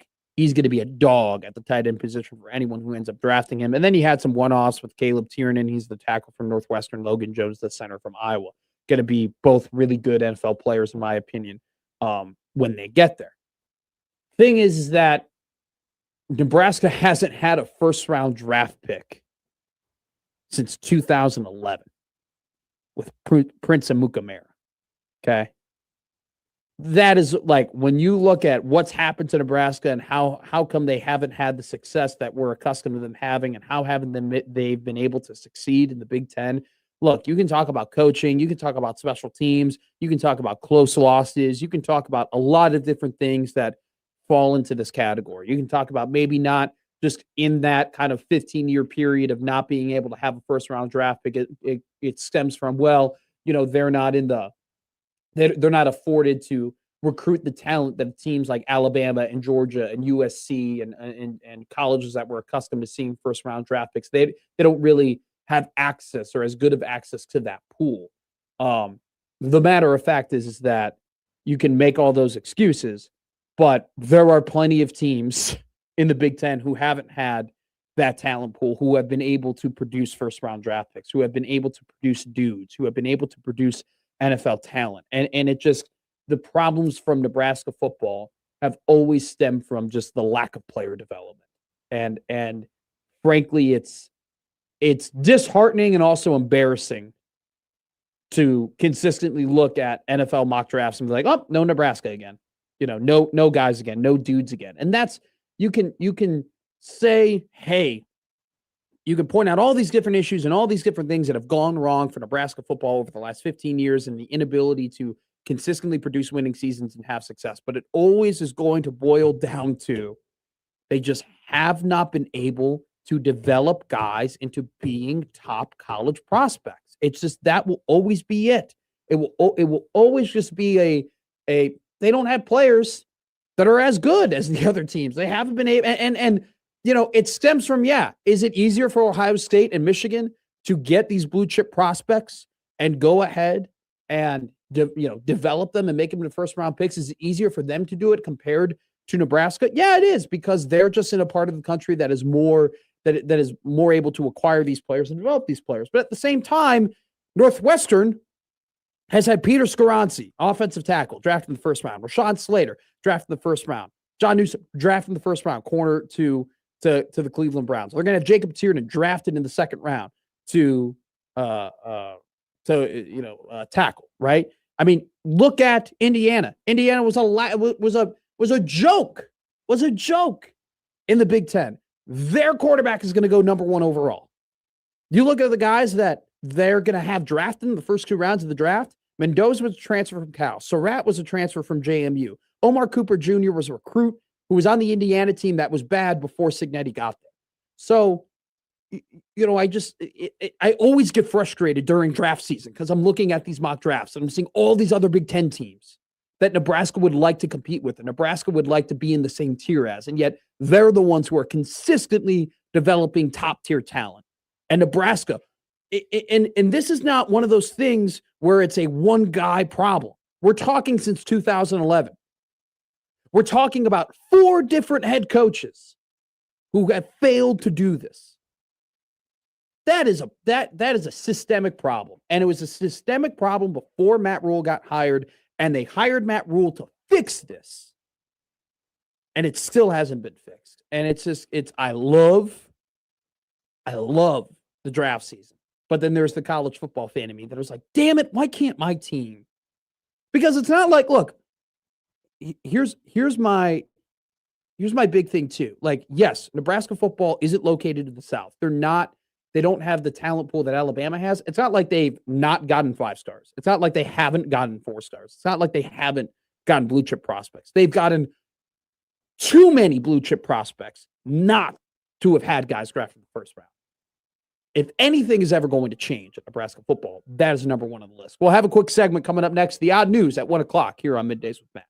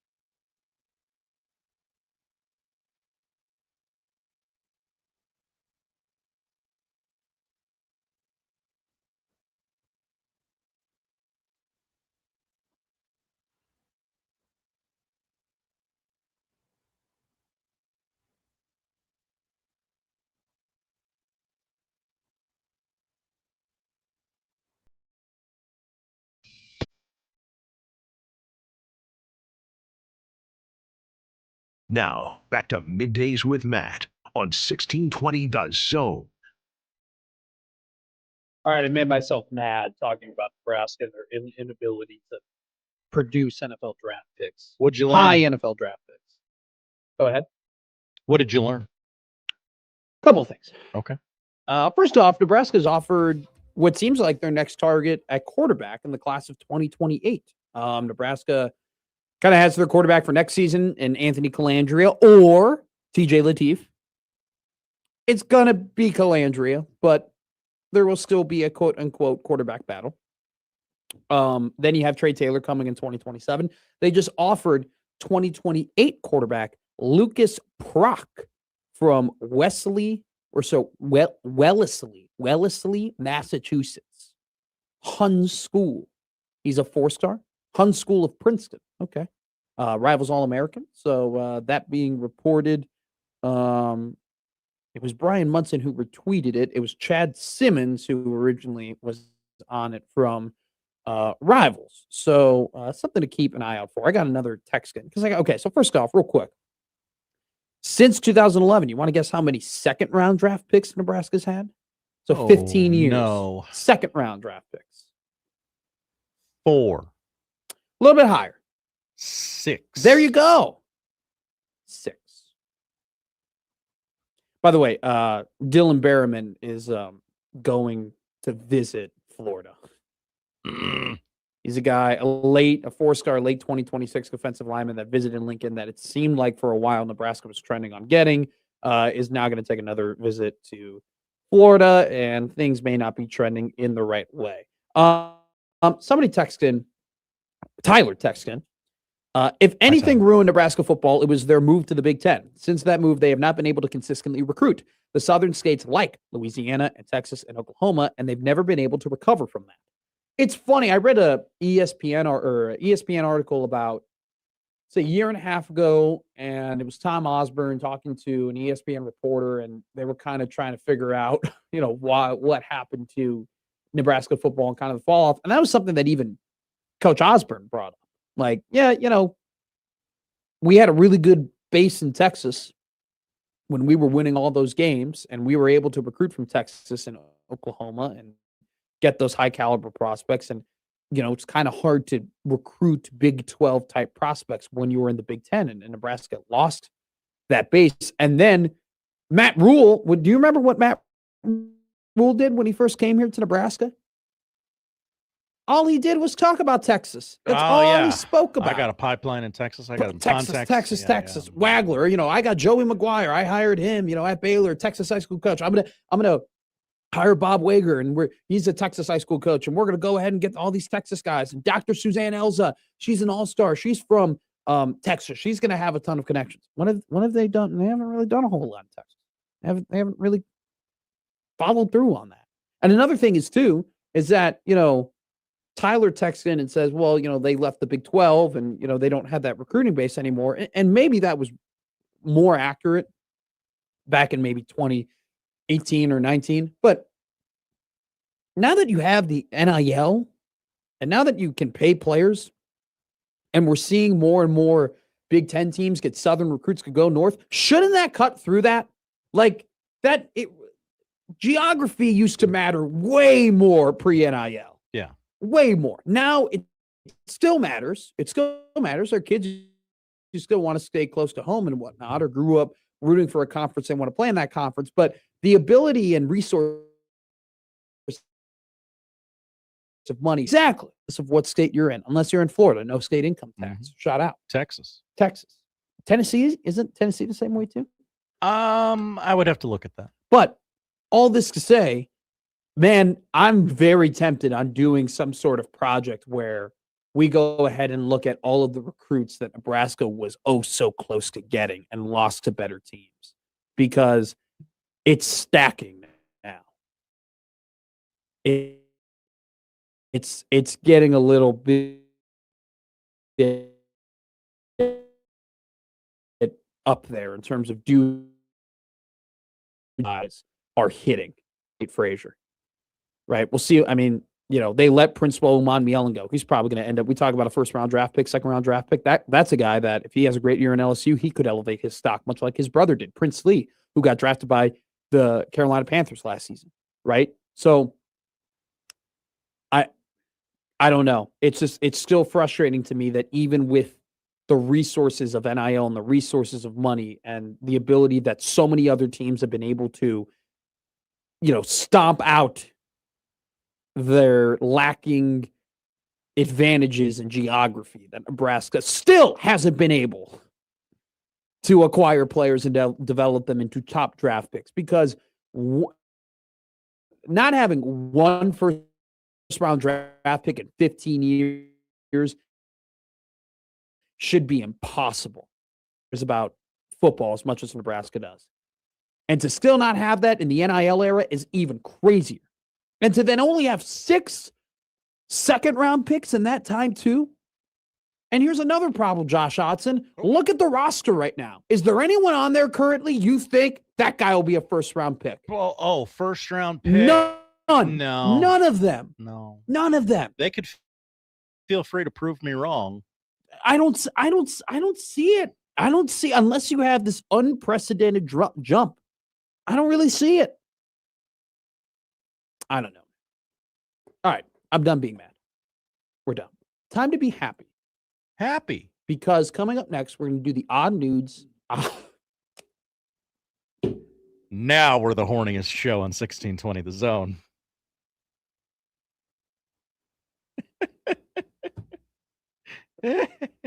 The odd news. There you go. Coming up next, followed by Lauren Michelson from KETV at 1:15 here on Middays with Matt.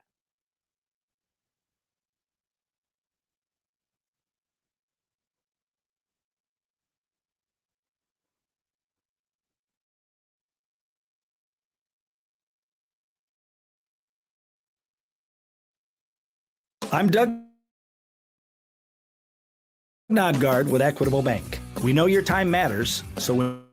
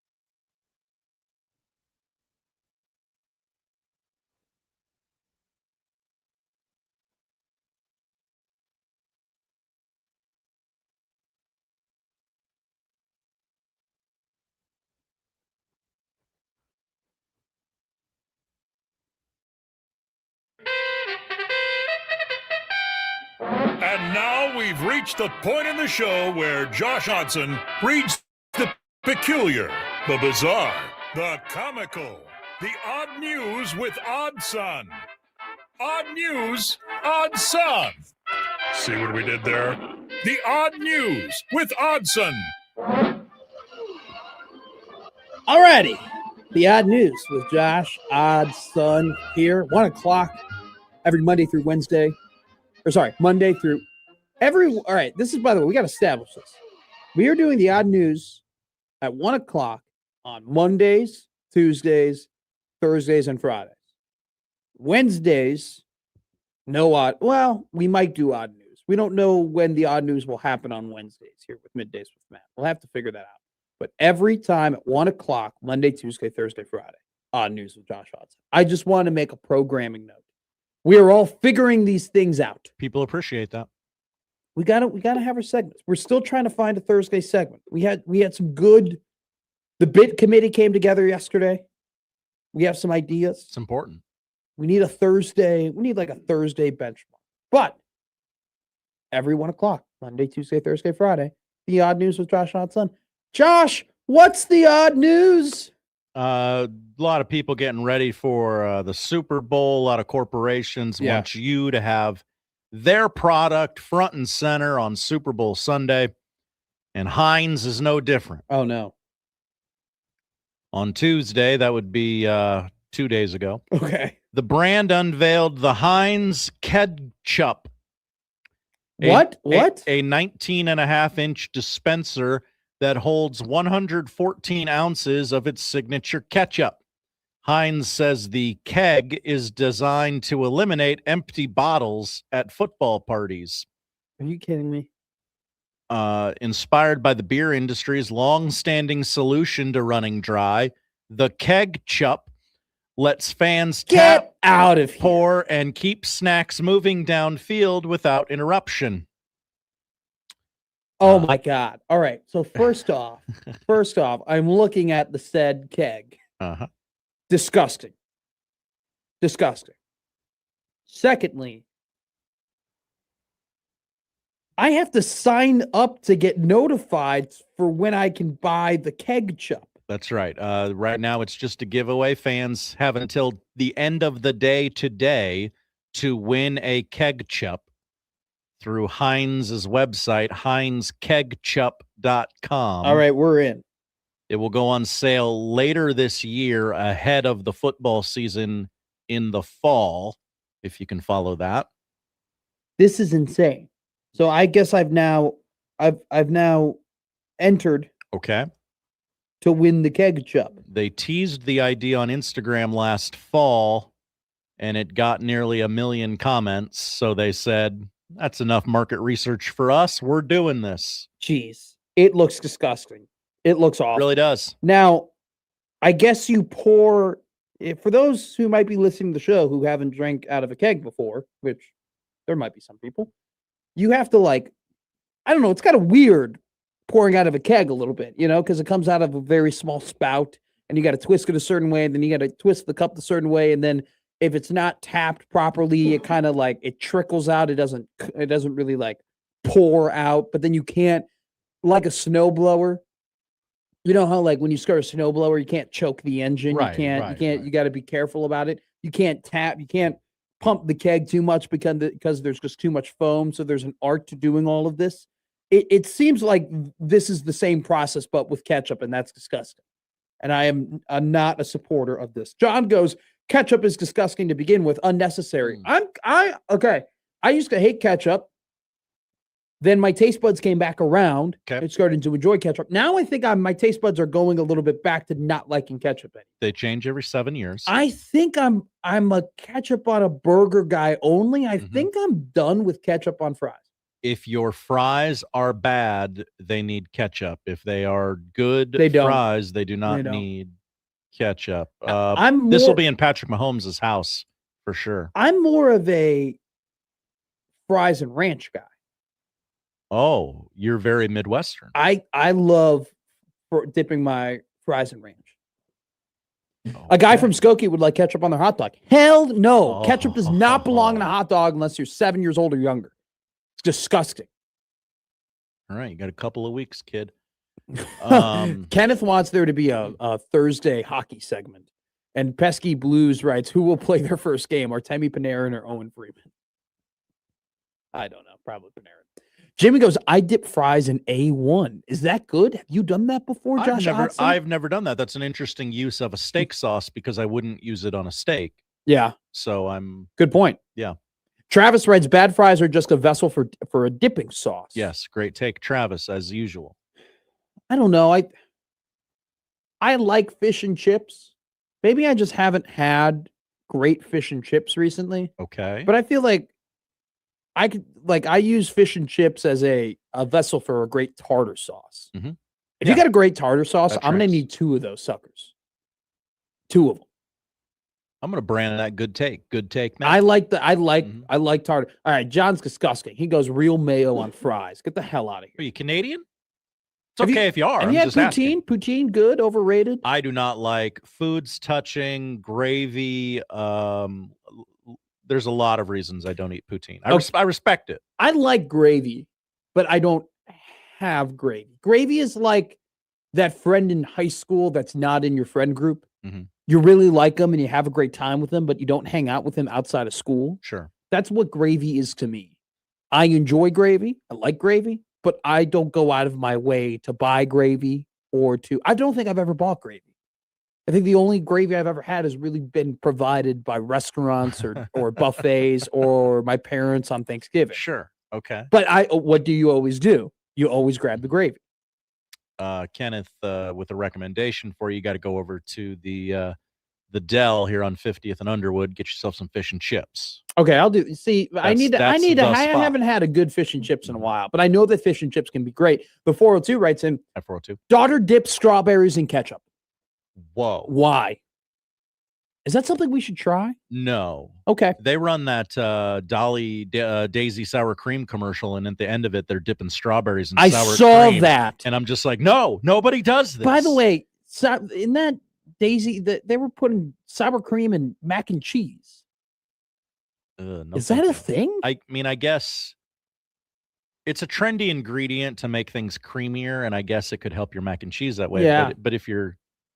I think we all got our mac and cheese recipes down. Like nobody's like, new mac and cheese. I'll try it. Someone the 402 writes in, 402. best ranch in Nebraska. Migos for me would be any Wingstop ever. Ooh, okay. Whataburger spicy ketchup, game changer. See, I think just any condiment made spicy is improved immediately. Generally, you make any I would agree with any you. condiment made a little bit hotter, better. All right, we gotta fly through these next 2. Yeah. Dolly Parton is under arrest in Michigan. Geez, why? Well, she was on the loose. Let's see. A miniature donkey named Dolly Parton. There it is. Wandered away from her owner's farm in Michigan and has been rounded up by Michigan State Police. Police be doing that. Fooled. Jeez. I got fooled. I can't believe I got there. I actually thought that Dolly Parton got arrested. Oh, no. Just a miniature donkey. Aren't donkeys already tiny? I don't know. I just read the words. All right, that are in go front ahead. Of me. I really Ron Burgundy this segment. Fair enough. As we wait for the internet to load, there it is. There it is. This will secure our status as horniest show on. Let's 1620 go. The All Zone. right. Is it Sydney? No. Is it Anna? No. Is it Margot? No. Is it? It's a man. It's a man. Yeah. Is it Robert De Niro? No, it's not a famous man. Is it John Stamos? It's not a famous man. Damn it. Central Florida man has been caught. Whoa. Loving a vacuum cleaner. Oh, okay. On the streets of Central Florida. What, like love week. French kissing or the more intense version? No, okay. you ever seen a Nope, scary movie? No, I haven't. Told you not to bother me while I'm cleaning my room. In a release, deputies responded to the call they received on January 22nd of a man who had exposed organs in front of a residence. Jeez. The victims observed this behavior, provided a statement and a cell phone recording of the man partially clothed in front of their residence. Jeez, stop. Engaged in a performance with a vacuum cleaner. Nice. I was excited when you brought up that this could establish us. Hey. I thought it was going to be about Salma Hayek. No, why did you think it would be about a pretty woman? That's what I thought. What do you mean? This is the odd news. With Odd Son? Get it? Kind of. It's a bit of kind of a low-hanging fruit, if you ask me. I love fruit. Tomatoes. I won't dip it in sour cream. If you dip strawberries into ketchup, aren't you just dipping fruit into fruit? So yeah. Ketchup is a sauce made with a fruit, correct? Correct. So isn't it kind of like a jam? Oh, is ketchup a jam? Is ketchup a jam? Poll question. Big time. Because isn't fruit-based sauces jams? Yeah. What's the difference between a jam and a marmalade? No idea. I don't even know the difference between a jam and a jelly. Okay. Yeah, we can get into that too. I'm sure the Equitable Bank inbox will go ahead and let me know what the difference between the two is. Is ketchup a jam? The 402 writes in. 402. There's enough sugar in Heinz ketchup for it to be a jam. Okay. I don't know. I think it's a good question. We're going to continue to ask good questions because Lauren Michelson of KETV coming up next here on Middays with Matt on 1620 The Zone.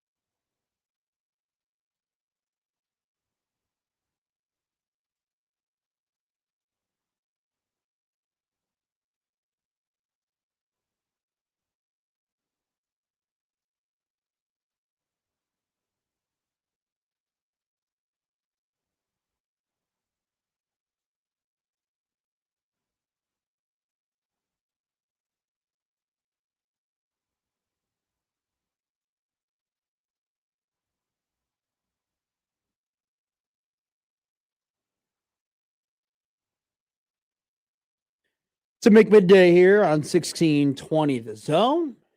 Also a Thursday on 1620 The Zone, which means then we bring in somebody from KETV. It's always just one of two people. This week, Lauren Michelson is joining us here on Middays with Matt. Lauren, how are you?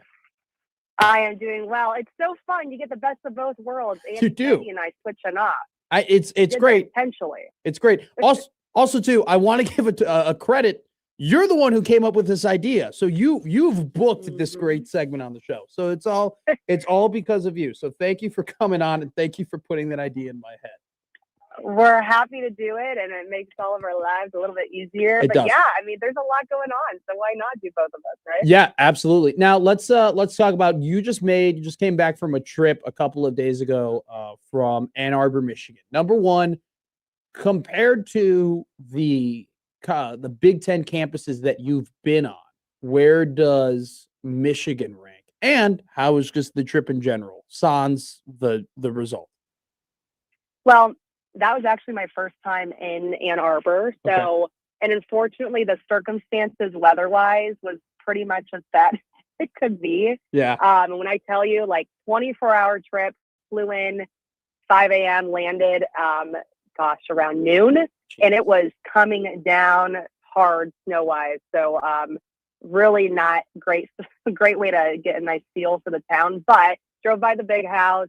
Got to see a little bit. It kind of stopped snowing at one point. Chrysler Center was pretty great, I will say, but just freezing and horrific temperatures, to be quite honest.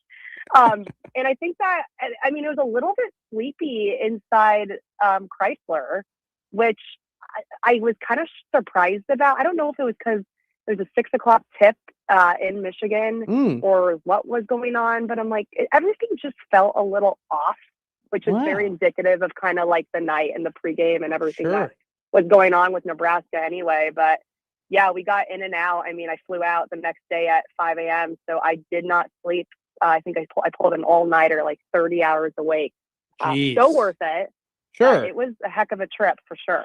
I had to ask, being kind of in the arena when the rink news was going down, because it just seemed like you mentioned a little awkward of, okay, big game, everyone's excited. And then around 1 o'clock, you kind of hear the whispers of, all right, Rink might have the flu, might be a flu game. He might be okay. He might not be fine.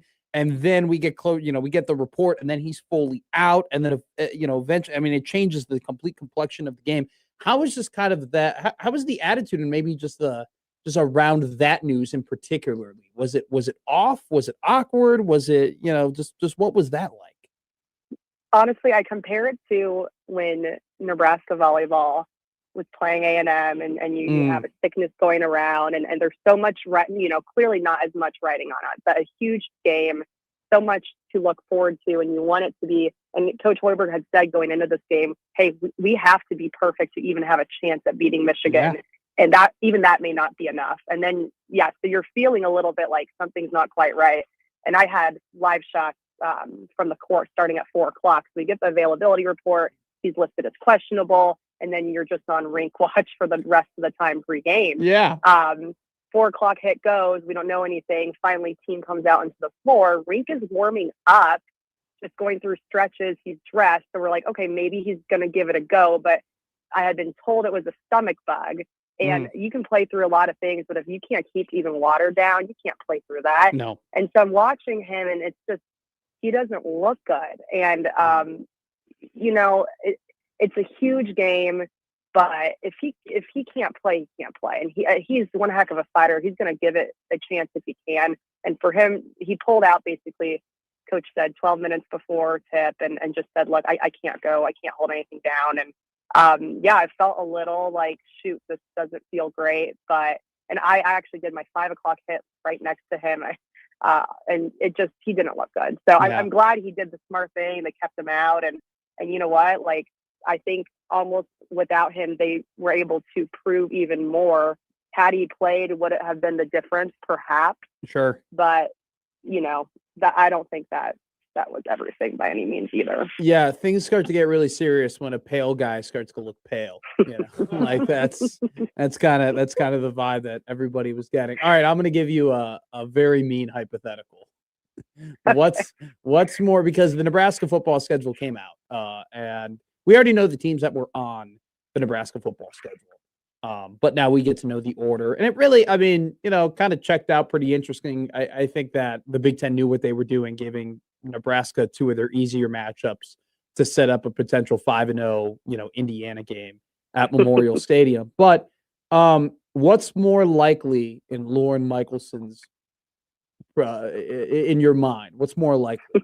Nebraska basketball makes the Final Four, or Nebraska football wins 8 games? Okay, wait, let me go through the schedule. 8 games. 8 games. They play Illinois. They're going to win their first 5. Yeah. They're going to win their first 5. Okay.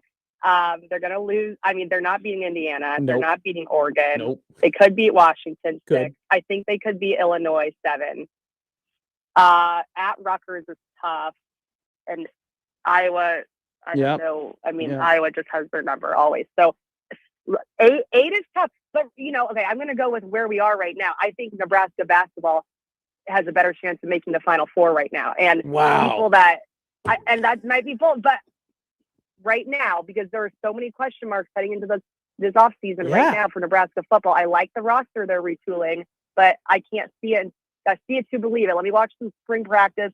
Let's see how the spring game unfolds. We don't know anything yet. What we do know is Nebraska basketball just went on the road at Michigan, lost by a possession, and absolutely fought their way to having control of the games almost the entire night without 2 of their best players. And, how about a guy like Leo Curtis coming in and giving great minutes? Yeah. So, that is my opinion right now. I think I agree with you, if I'm being honest, just because Michigan, this is not hyperbole. They were the national title favorite heading into that game. Heading into the game at home against Nebraska, they had the lowest odds to win the national championship. And like you said, without 2 of their 3 best players in Nebraska basketball, not only were close to winning that game, should have won that game. They were leading for almost 36 minutes of that contest, which I want to go back to your comment about it being a weird night in Ann Arbor and a sleepy crowd. I think you could tell from the broadcast that that's a football school by watching that game. Yeah, well, the really well done broadcast, I heard. No, not at all, actually. Quite the opposite. I know. I try to go back. Here's this too. I try and go back so I'm not sleeping, because people TV, how TV works. You're not just on air. I'm on air at 4, 5, 6. In this case, we did a 10, and then you do a morning show hit, and then you leave something for 6 o'clock the next day. So our work doesn't stop when the game ends, right? Yeah.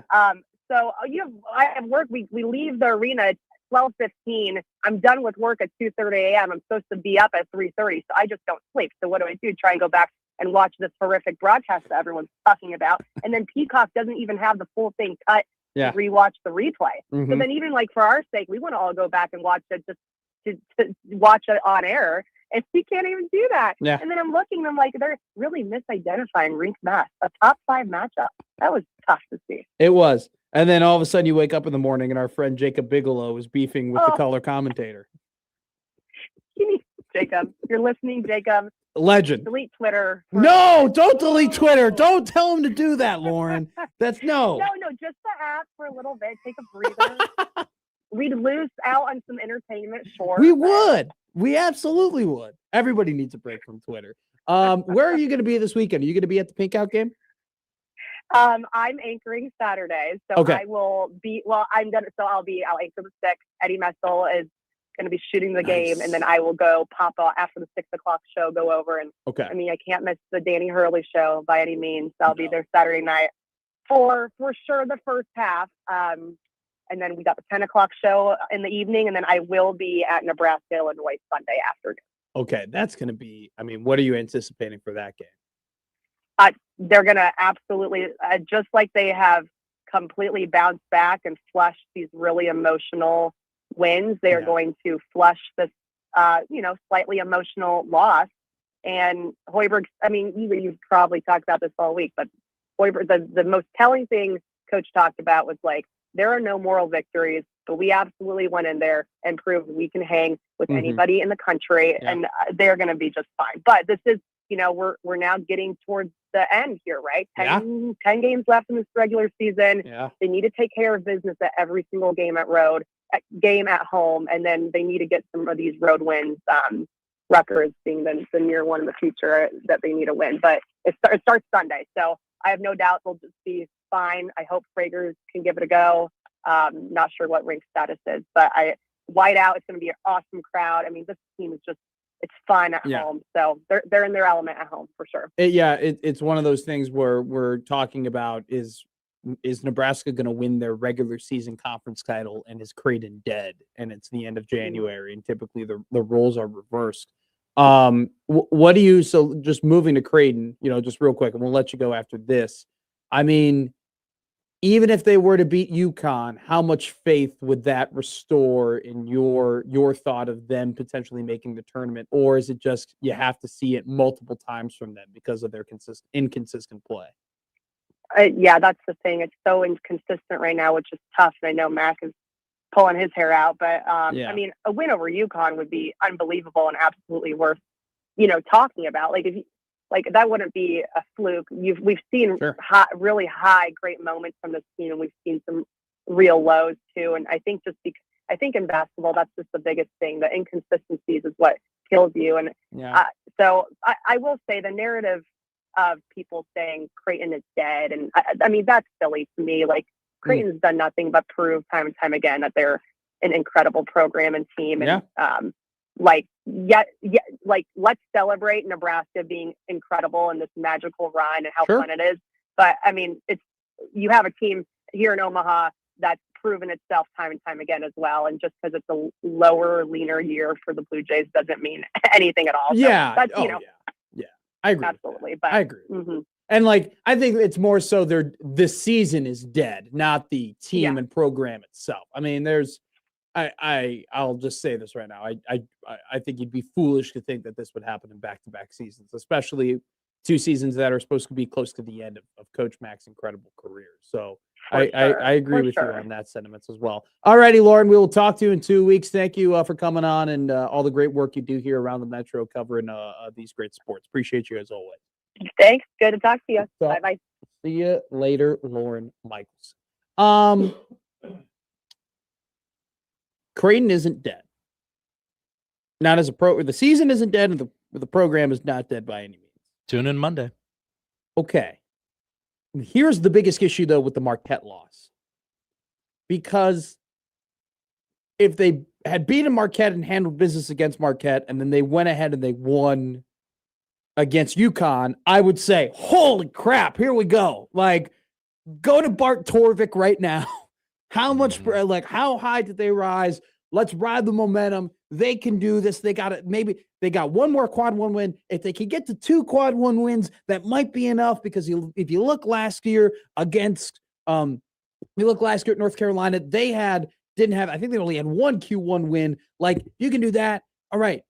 Maybe Creighton can make it based on the precedent of what North Carolina was last year. You can do it, but you can do a lot of mental math and convince yourself, hey, this team could still make the tournament if they had beaten Marquette and then beaten UConn. Because of the Marquette loss now, though, if you beat UConn, it's not holy crap. Look at the resume and they're moving in the right direction. If they beat UConn now, you go, all right, you've made up for the Marquette loss. Now you're just back to where you were before you went to Milwaukee. And before you were before you went to Milwaukee was still out of the tournament. That's the issue with the Marquette loss. If you beat a Marquette and then you beat UConn, you go, all right, they're back on the bubble. They're right there. They might be the last 4 in. Now, even if you beat UConn, you go, well, all right, we still lost to Marquette. That's why that stings so much. All right, it's a push. But a win over UConn should not be material for a push. That's correct. A win over UConn should be like winning the Royal Rumble. It should put a rocket on your back to the moon. Sad Husker fan goes, they are beating UConn. I don't know. I've seen crazier things happen. I'm not predicting it. John, who is very out on the Huskers this season goes. 7 wins. Apparently, Lauren is still horribly behind on sleep. Oh, no. That's rude. Get some sleep, Lauren. No, she's fine. I mean, well, yeah, probably. Actually, I We all could use more sleep, right? I could. This is why this slot has been great. I mean, I think it's very plausible Nebraska football can get to 7 wins. Hashtag the path. It's plausible. It's not likely.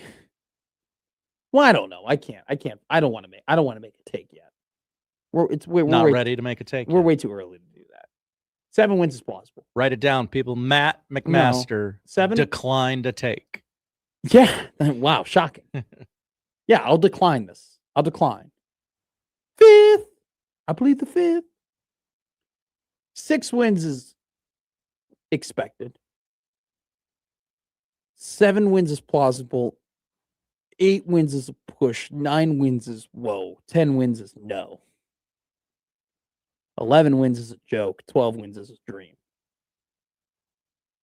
Boy, you really talked yourself into a take there.